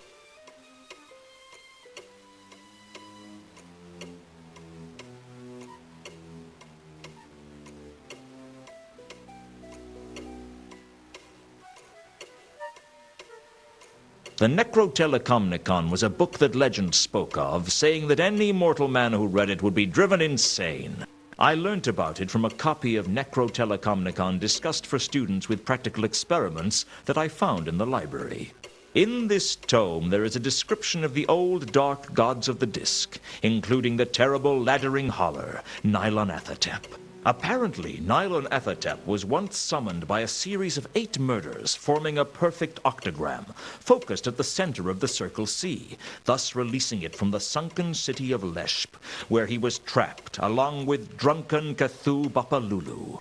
The book speculated about the whereabouts of Nylon Athatep now, but beyond him being safely imprisoned somewhere around the Circle C, it drew no conclusions.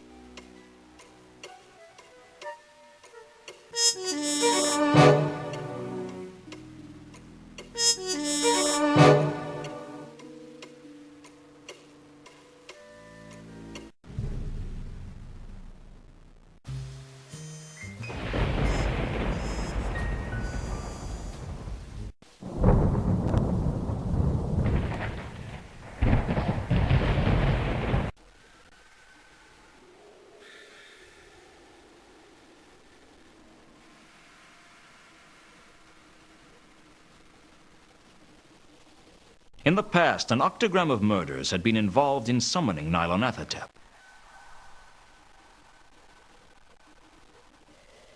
If there was an octagram of murders taking place in the city, it might help to find out exactly where each murder took place.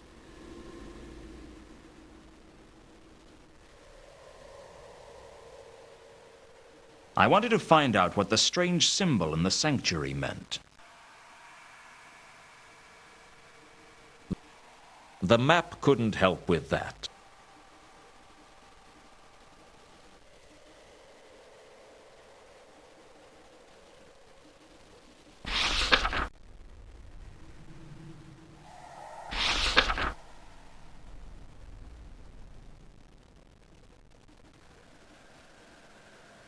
In the past,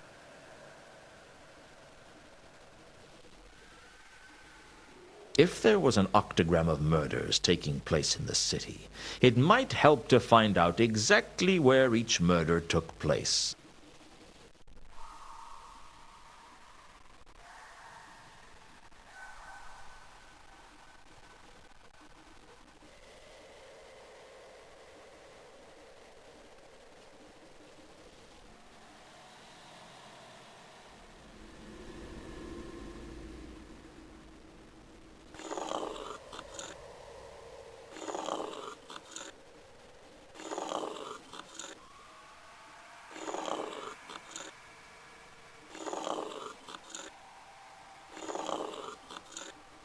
The murders were marking out a perfect octagram, just like the one that had been used to free Nylonathotep from sunken Leshp centuries ago.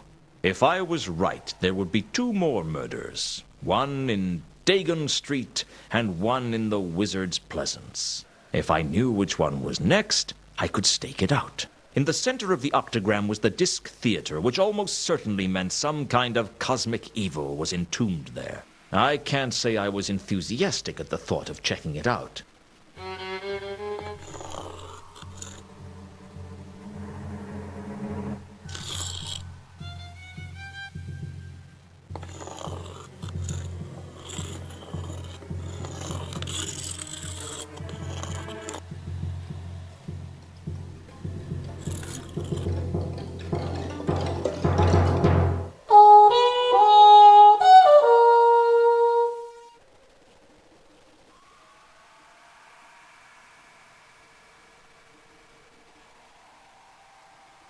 I'd learned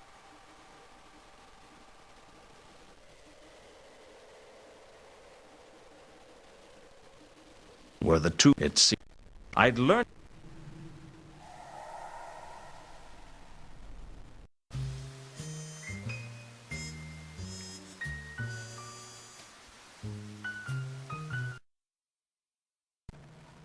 Everyone on the disc knows the legend of Eleanor of Tsot. Or at least everyone knows a legend of Eleanor of Tsot. Or Krinix. Or El Harib. Ask most people and they'll tell you that she was the cause of the Tsotian Wars. Of course, ask most people and they'll tell you the patrician is a kind and benevolent man. Never trust what most people tell you. The real cause of the Tsotian Wars was a little-known goddess called Errata.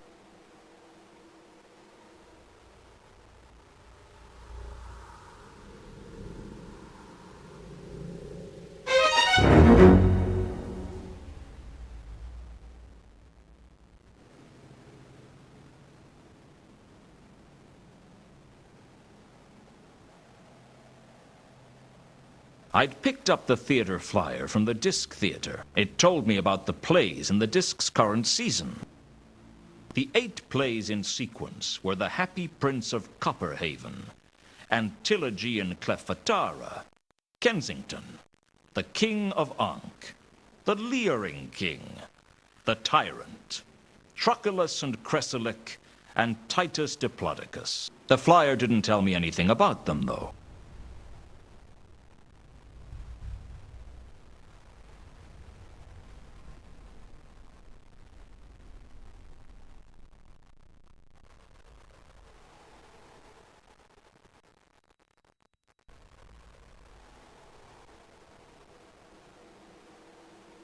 That's pretty good. You've been acting long? One is either born an actor, or one is never an actor. Yeah, I can just see you paddling about the womb with a script in hand. Do you doubt my credentials as the Disc's premier performer of dramatic scenes? As far as I'm concerned, one actor is as good as another. You come on, you speak your lines, and then you get killed. How hard can it be? Here I stand, your slave, a poor, infirm, weak, and despised old man. Do you slight me such? What? You are not abreast of Hwell's fair pen, then, stranger. The name's Lewton. And no, I don't know Hwell's work at all. My name is Previtier, and my realm is that of tragedy and comedy. The finest arts are my purview. Yeah, if you say so. What can you tell me about this flyer? Ah! The proud harbinger of our festivities, the page that trumpets the act that illuminates the soul. That inhabits the body that slept on the seats that sat in the theater that shoddy carpenters made. Do you mock me, my boy? Oh, you're way ahead of me on that one.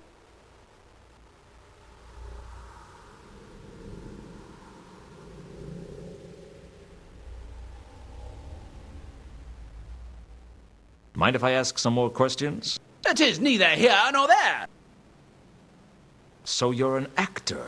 It is my calling to tread the boards, and for this I am called an actor. Translation, yes. Why do you talk like that?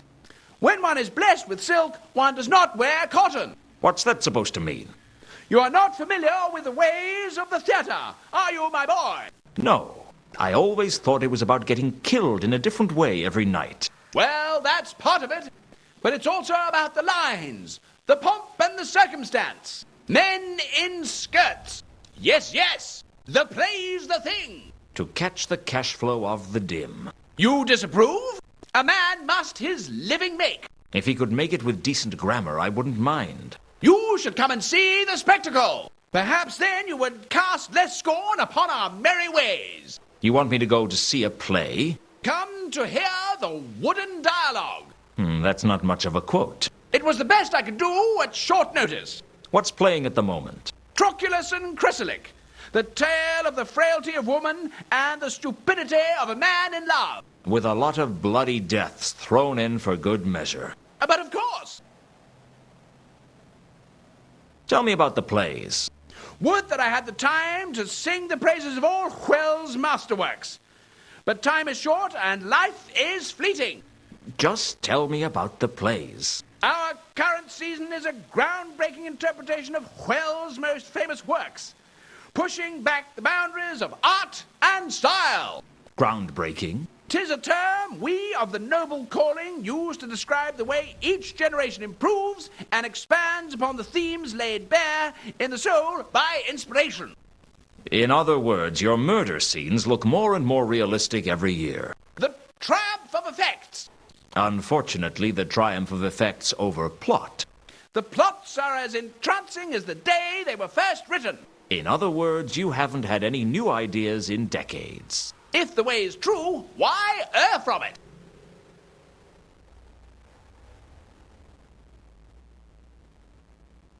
Have you heard of the counterweight killings? A terrible state of affairs, a tragedy. But do you know anything about it?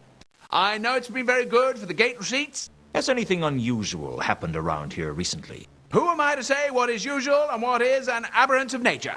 Believe me, if I had someone else to ask, I would. The closest to an unusual occurrence was when Lucius, miserable souse that he is, missed the role in Titus Diplodocus. Missed his role?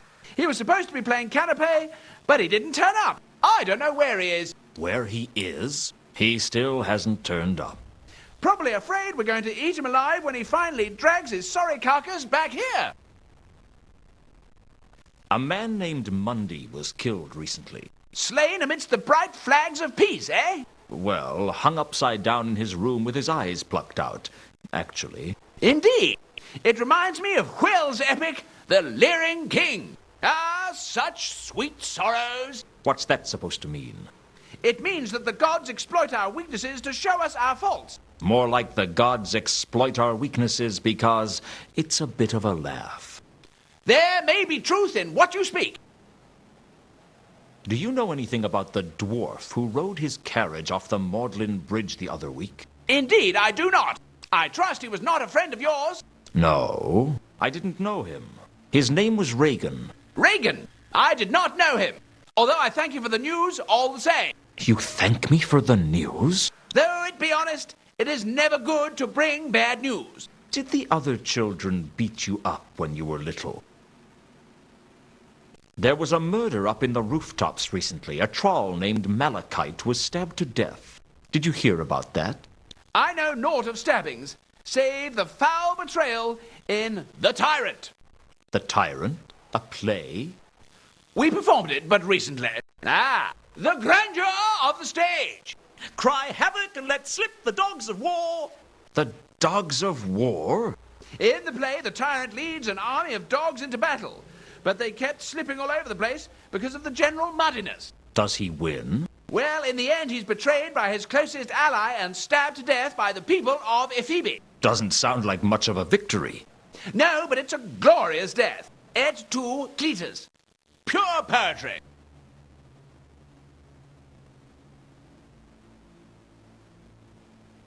Did you hear about the murder of the patrician's clerk? Ah, the patrician.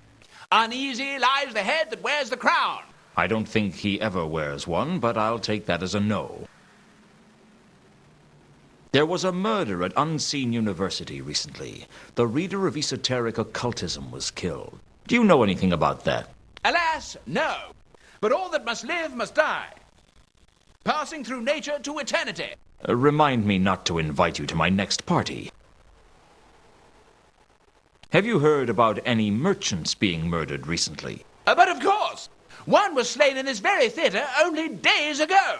Really? At the climax of Kensington, the merchant is strangled by his very wife. It was very dramatic. The murder was in the play? I would not take such pleasure in a real murder, my boy. To mourn a mischief that is past and gone is the next way to draw new mischief on. Couldn't you just say, bad things cause other bad things? One must embrace the beauty of language. Well, ease up on the hug, Privitier. I think the language needs to breathe a little.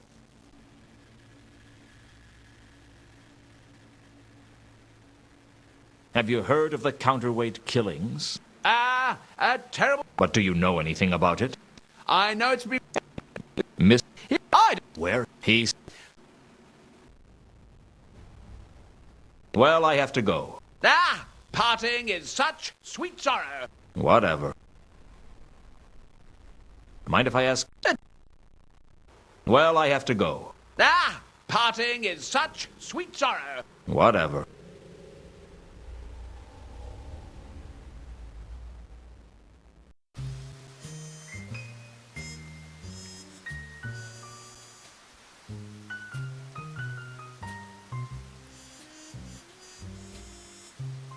Who would Sir like to see this time?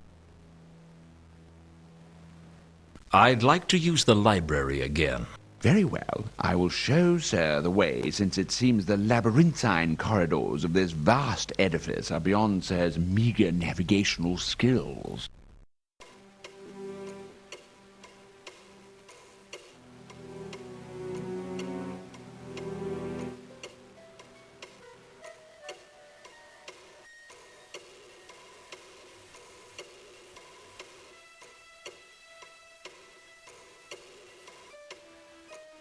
I looked up Hwell in the library and found his complete works. In there was a discussion of the 8 great tragedies, Hwell's bloodiest works. From the About the Author paragraph, I learnt that Hwell was a dwarf who was banished from his tribe not only because of his claustrophobia, but because of his tendency to daydream. Both undesirable, to say the least, if you work in a mine. 102, and in the prime of his life for a dwarf, Hwell now worked for Vittler's Plays at the Disc Theatre as one of the premier playwrights of the day. The 8 great tragedies were given in great detail. 8 plays, each with a collection of murders, usually with one more particularly gruesome or grotesque than the others, presumably for use in publicity trailers. The publicity trailers helped draw people into the theater by being towed around town to display posters. There was something suspiciously familiar about some of those murders.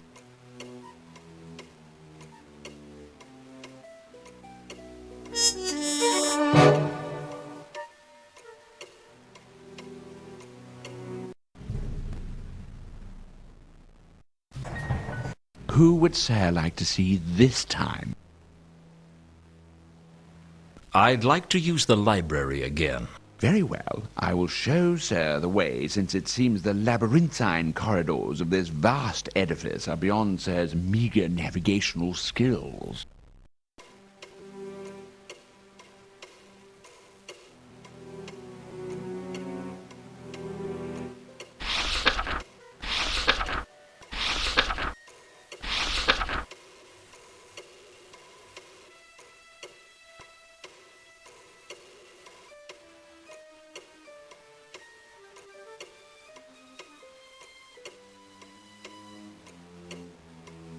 I found the obscure star-like symbol in the Necrotelecomnicon discussed for students. It called it the sign of the eel, or the Elver sign.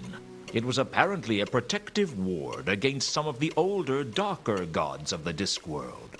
The tome also explained how to inscribe one, the order of tracing being very important. Not that I believed any of this mumbo-jumbo, but hey, you can't afford to be too careful, right?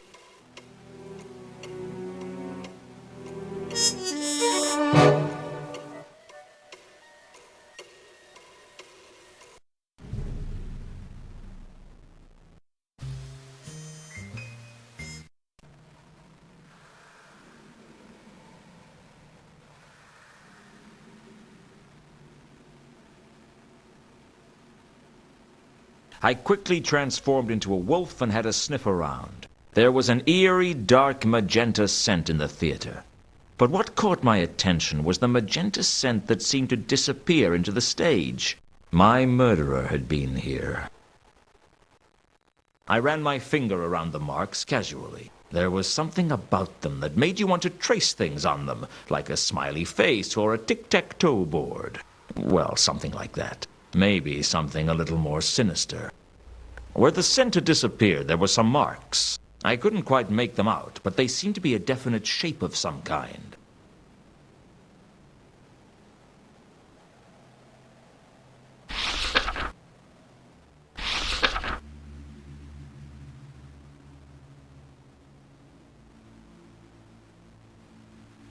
I traced the sign of the eel across the marks, exactly as I'd learned how to do in the Libraris Apocrypha. There was a faint click, and the next thing I knew, there was a passageway under the stage.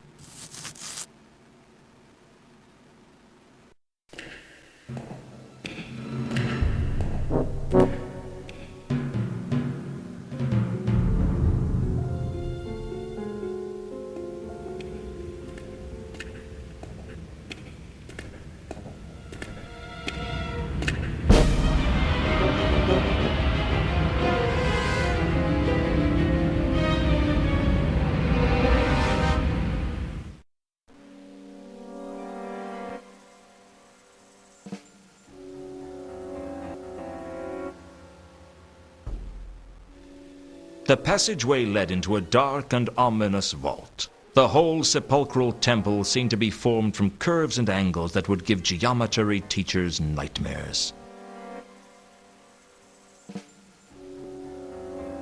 The map of the Circle C seemed to be the only interesting feature of the altar. The centerpiece to this disturbing chamber was a stone altar engraved with a map of the Circle C. It looked centuries old, the kind of altar that could tell a few tales if it could talk. I was glad it couldn't.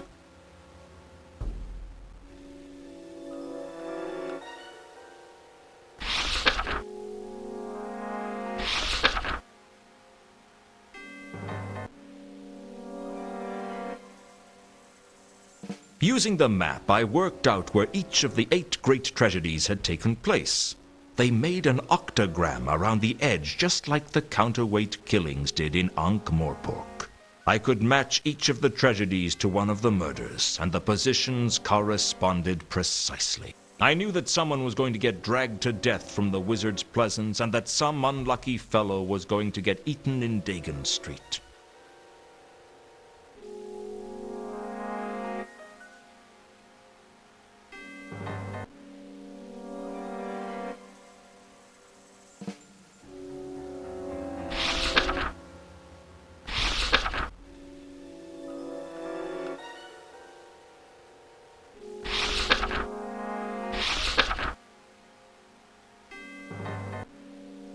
Using the map, I knew. Useful though they are, an exit is just an exit.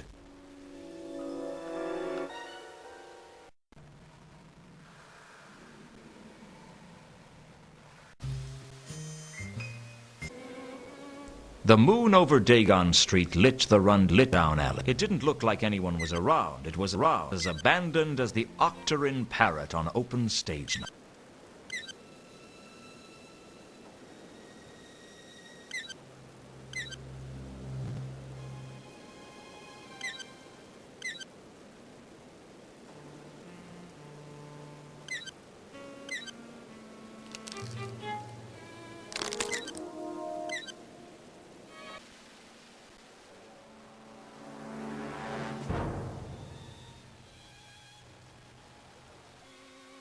Amongst the debris, I found a bone that seemed a little out of place.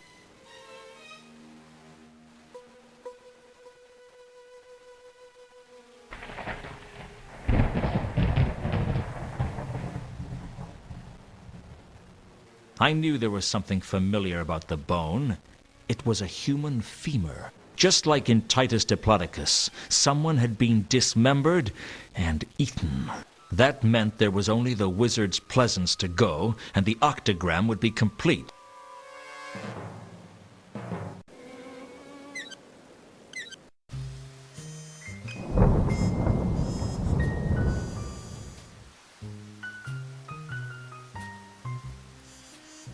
The wizard's pleasance was a small, newt-haunted meadow in a horseshoe bend in the Ankh, inside the grounds of the unseen university, separated from it but connected to the university gardens by the Bridge of Sighs. On summer evenings, if the wind is blowing towards the river, it is a nice area for a stroll.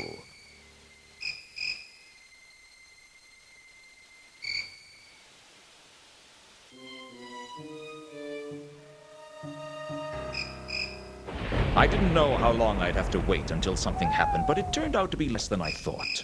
I'd suspected I'd been being followed, and I wasn't surprised to find that Al-Kali was skulking around behind me. Gods alone knows how he got into the university.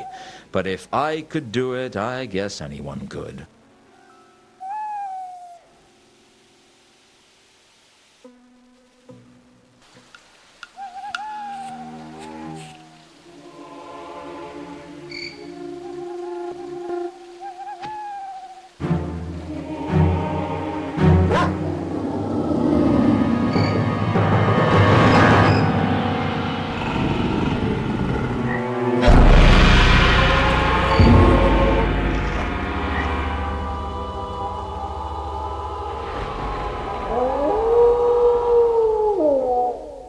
It was over in seconds.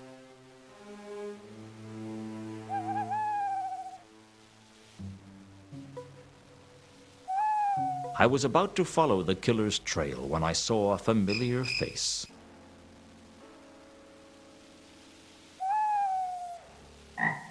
Why did you carry on with the case, Lewton? Too many people told me to stop. I was hoping it wouldn't come to this. I like you, Lewton. It didn't have to be this way. So you're behind this, are you? I'm just a servant. My master, Anu, is behind this. That beast is Mooncalf's god? Mooncalf didn't start this cult. I did. When the last human worshippers of Anu had passed on, leaving only an empty temple in their wake, the cult lived on among the lycanthropes.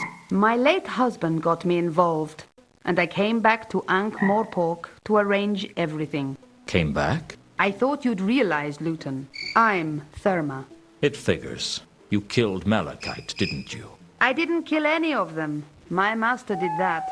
We just arranged everything for him. He's stronger when we gather together and pray. You were in the Temple of Small Gods each time there was a murder. It was a perfect alibi. Why was Malachite looking for you? I'm his sister. His sister? Hands up who can spot the big problem here. I was adopted by Mr. and Mrs. Karst. They named me Therma. And Malachite and I grew up together. What happened? It's a tough life when you're a poor troll. And tougher still when you weren't born a troll. I used to sit at the table eating bread, while the rest of the family was chewing cold sandwiches. That kind of thing leaves its mark on a girl. My heart bleeds for you. Malachite and I broke into the Von Uberwald mansion and made off with some of the Count's valuables, including that pendant you've been carrying around. And that jeweled box in the carriage that presumably held the asp that poisoned Reagan. That's right. How did you and Malachite get separated? He got caught, but he didn't tell the watch about me. I thought I'd seen the last of him. I sold most of what I got, and I was living off it comfortably. But I'd seen that painting in the hallway, and it got me thinking. The painting that looks like you? Exactly. I reinvented myself as a debutante, and I seduced Ulrich and married into high society. I went back to Uberwald with him, changed my name to Carlotta, and my life as a troll was forgotten. Therma was dead. Long live Carlotta Von Uberwald. Did you know Ulrich was a werewolf? Not until the honeymoon. That was a surprise, I can tell you. Not entirely an unpleasant one, I have to say. How did you get involved in this cult business? Before he died, Ulrich inducted me into the worship of Anu, and it became my mission to engineer his return to power. I recruited followers and we prayed to him, gradually awakening his consciousness. He'd been stuck in the form of a small dog on the streets of Al-Khali for decades, not even remembering who he was. As our numbers grew, Anu's power grew, and eventually he was able to slip aboard a ship and steal his way here to Ankh-Morpork. The Milka. That's right. The Milka also stopped off at Sort, where it picked up Mundy. He was supposed to be bringing us the Sortese falchion, having stolen it from a dig at Sorta. The archaeologists didn't even know it was there. Unfortunately, what we hadn't counted on was that Mundy was a man with few scruples and even less brains to go with it. Either he approached Horst, or Horst approached him. One way or another, he arranged to sell the sword to that devious troll. Only he didn't have the sword, did he? He'd concealed it in one of the crates in the cargo hold. We didn't know that. We just knew that Mundy had gone to ground. That's why I hired you to find him. And when I did, your cult killed him. Only you'd expected the sword to be with him. And by the time he was dead, it was too late to ask him where he'd put it.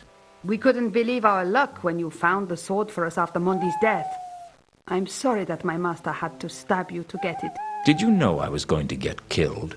Was that why you made me into a werewolf? I suspected that things would get a little rough for you, and I believed you were too valuable an asset to waste. I'm flattered. And the counterweight killings were your cult attempting to summon Nyarlathotep by mimicking the way he was summoned before. I don't get it. With the falchion, my master can defeat the laddering horror again, and he will grow in power, ascending to the ranks of the most powerful gods, where he belongs. That's all very well, but a lot of people died for that dream. You can't just go around killing people whenever the notion strikes you. It's not polite. What are the lives of a few people against the prize? Reagan knew, didn't he? Or at least suspected.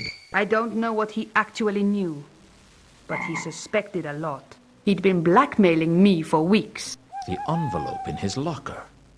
He said he had evidence, didn't he? I didn't know it was empty. He said he had proof, and he knew enough that I couldn't take any chances.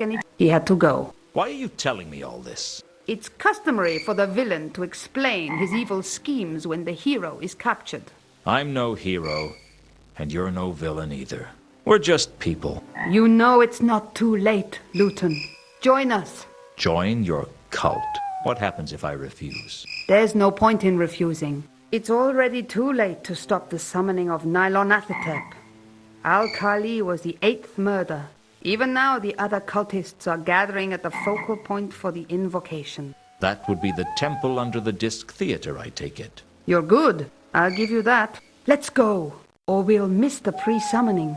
What if I try to stop you? Like I said, it's already too late for that. Join us, Lewton. You know it's the only choice. I could kill you and make a run for it. You wouldn't hurt me, would you, Lewton? After all we've been through. You arranged the murder of your own brother, and you'd have me killed too if I got in the way. So what? In this world, you get one chance at happiness. You may be right. All right. I'll go along with this for now. But I'm not making any promises for the future. That's good enough for me. Carlotta told me she would have to bind me in case I got any foolish ideas, and then she escorted me into the depths of the temple. It looked like the whole crowd was there. As well as Carlotta, I recognized Mooncalf and Warb, the wizard from Saturnalia. 8 of them in all.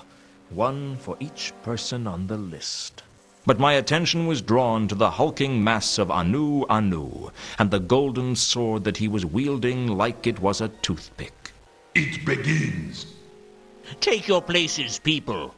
Everyone remember your lines. Nyarlathotep, who summoned thee? In accordance with the ancient pacts, we have made 8 sacrifices in the manner prescribed. Come to us. I was filled with an overwhelming sensation of dread. I guess summoning rituals have that effect on me. It is here! Now I command you, by the power of the fashion, to bend to my will. Bend to my will, I command thee. I hold the fashion. You will obey me. I got the impression that that wasn't supposed to happen. The next thing I knew, the temple was coming apart at the seams, and rocks were falling everywhere. I don't know what was wrong, but it seemed as if Anu couldn't control the unspeakable force of cosmic horror that he had unleashed, and now it was loose in the city. As if my day wasn't bad enough already.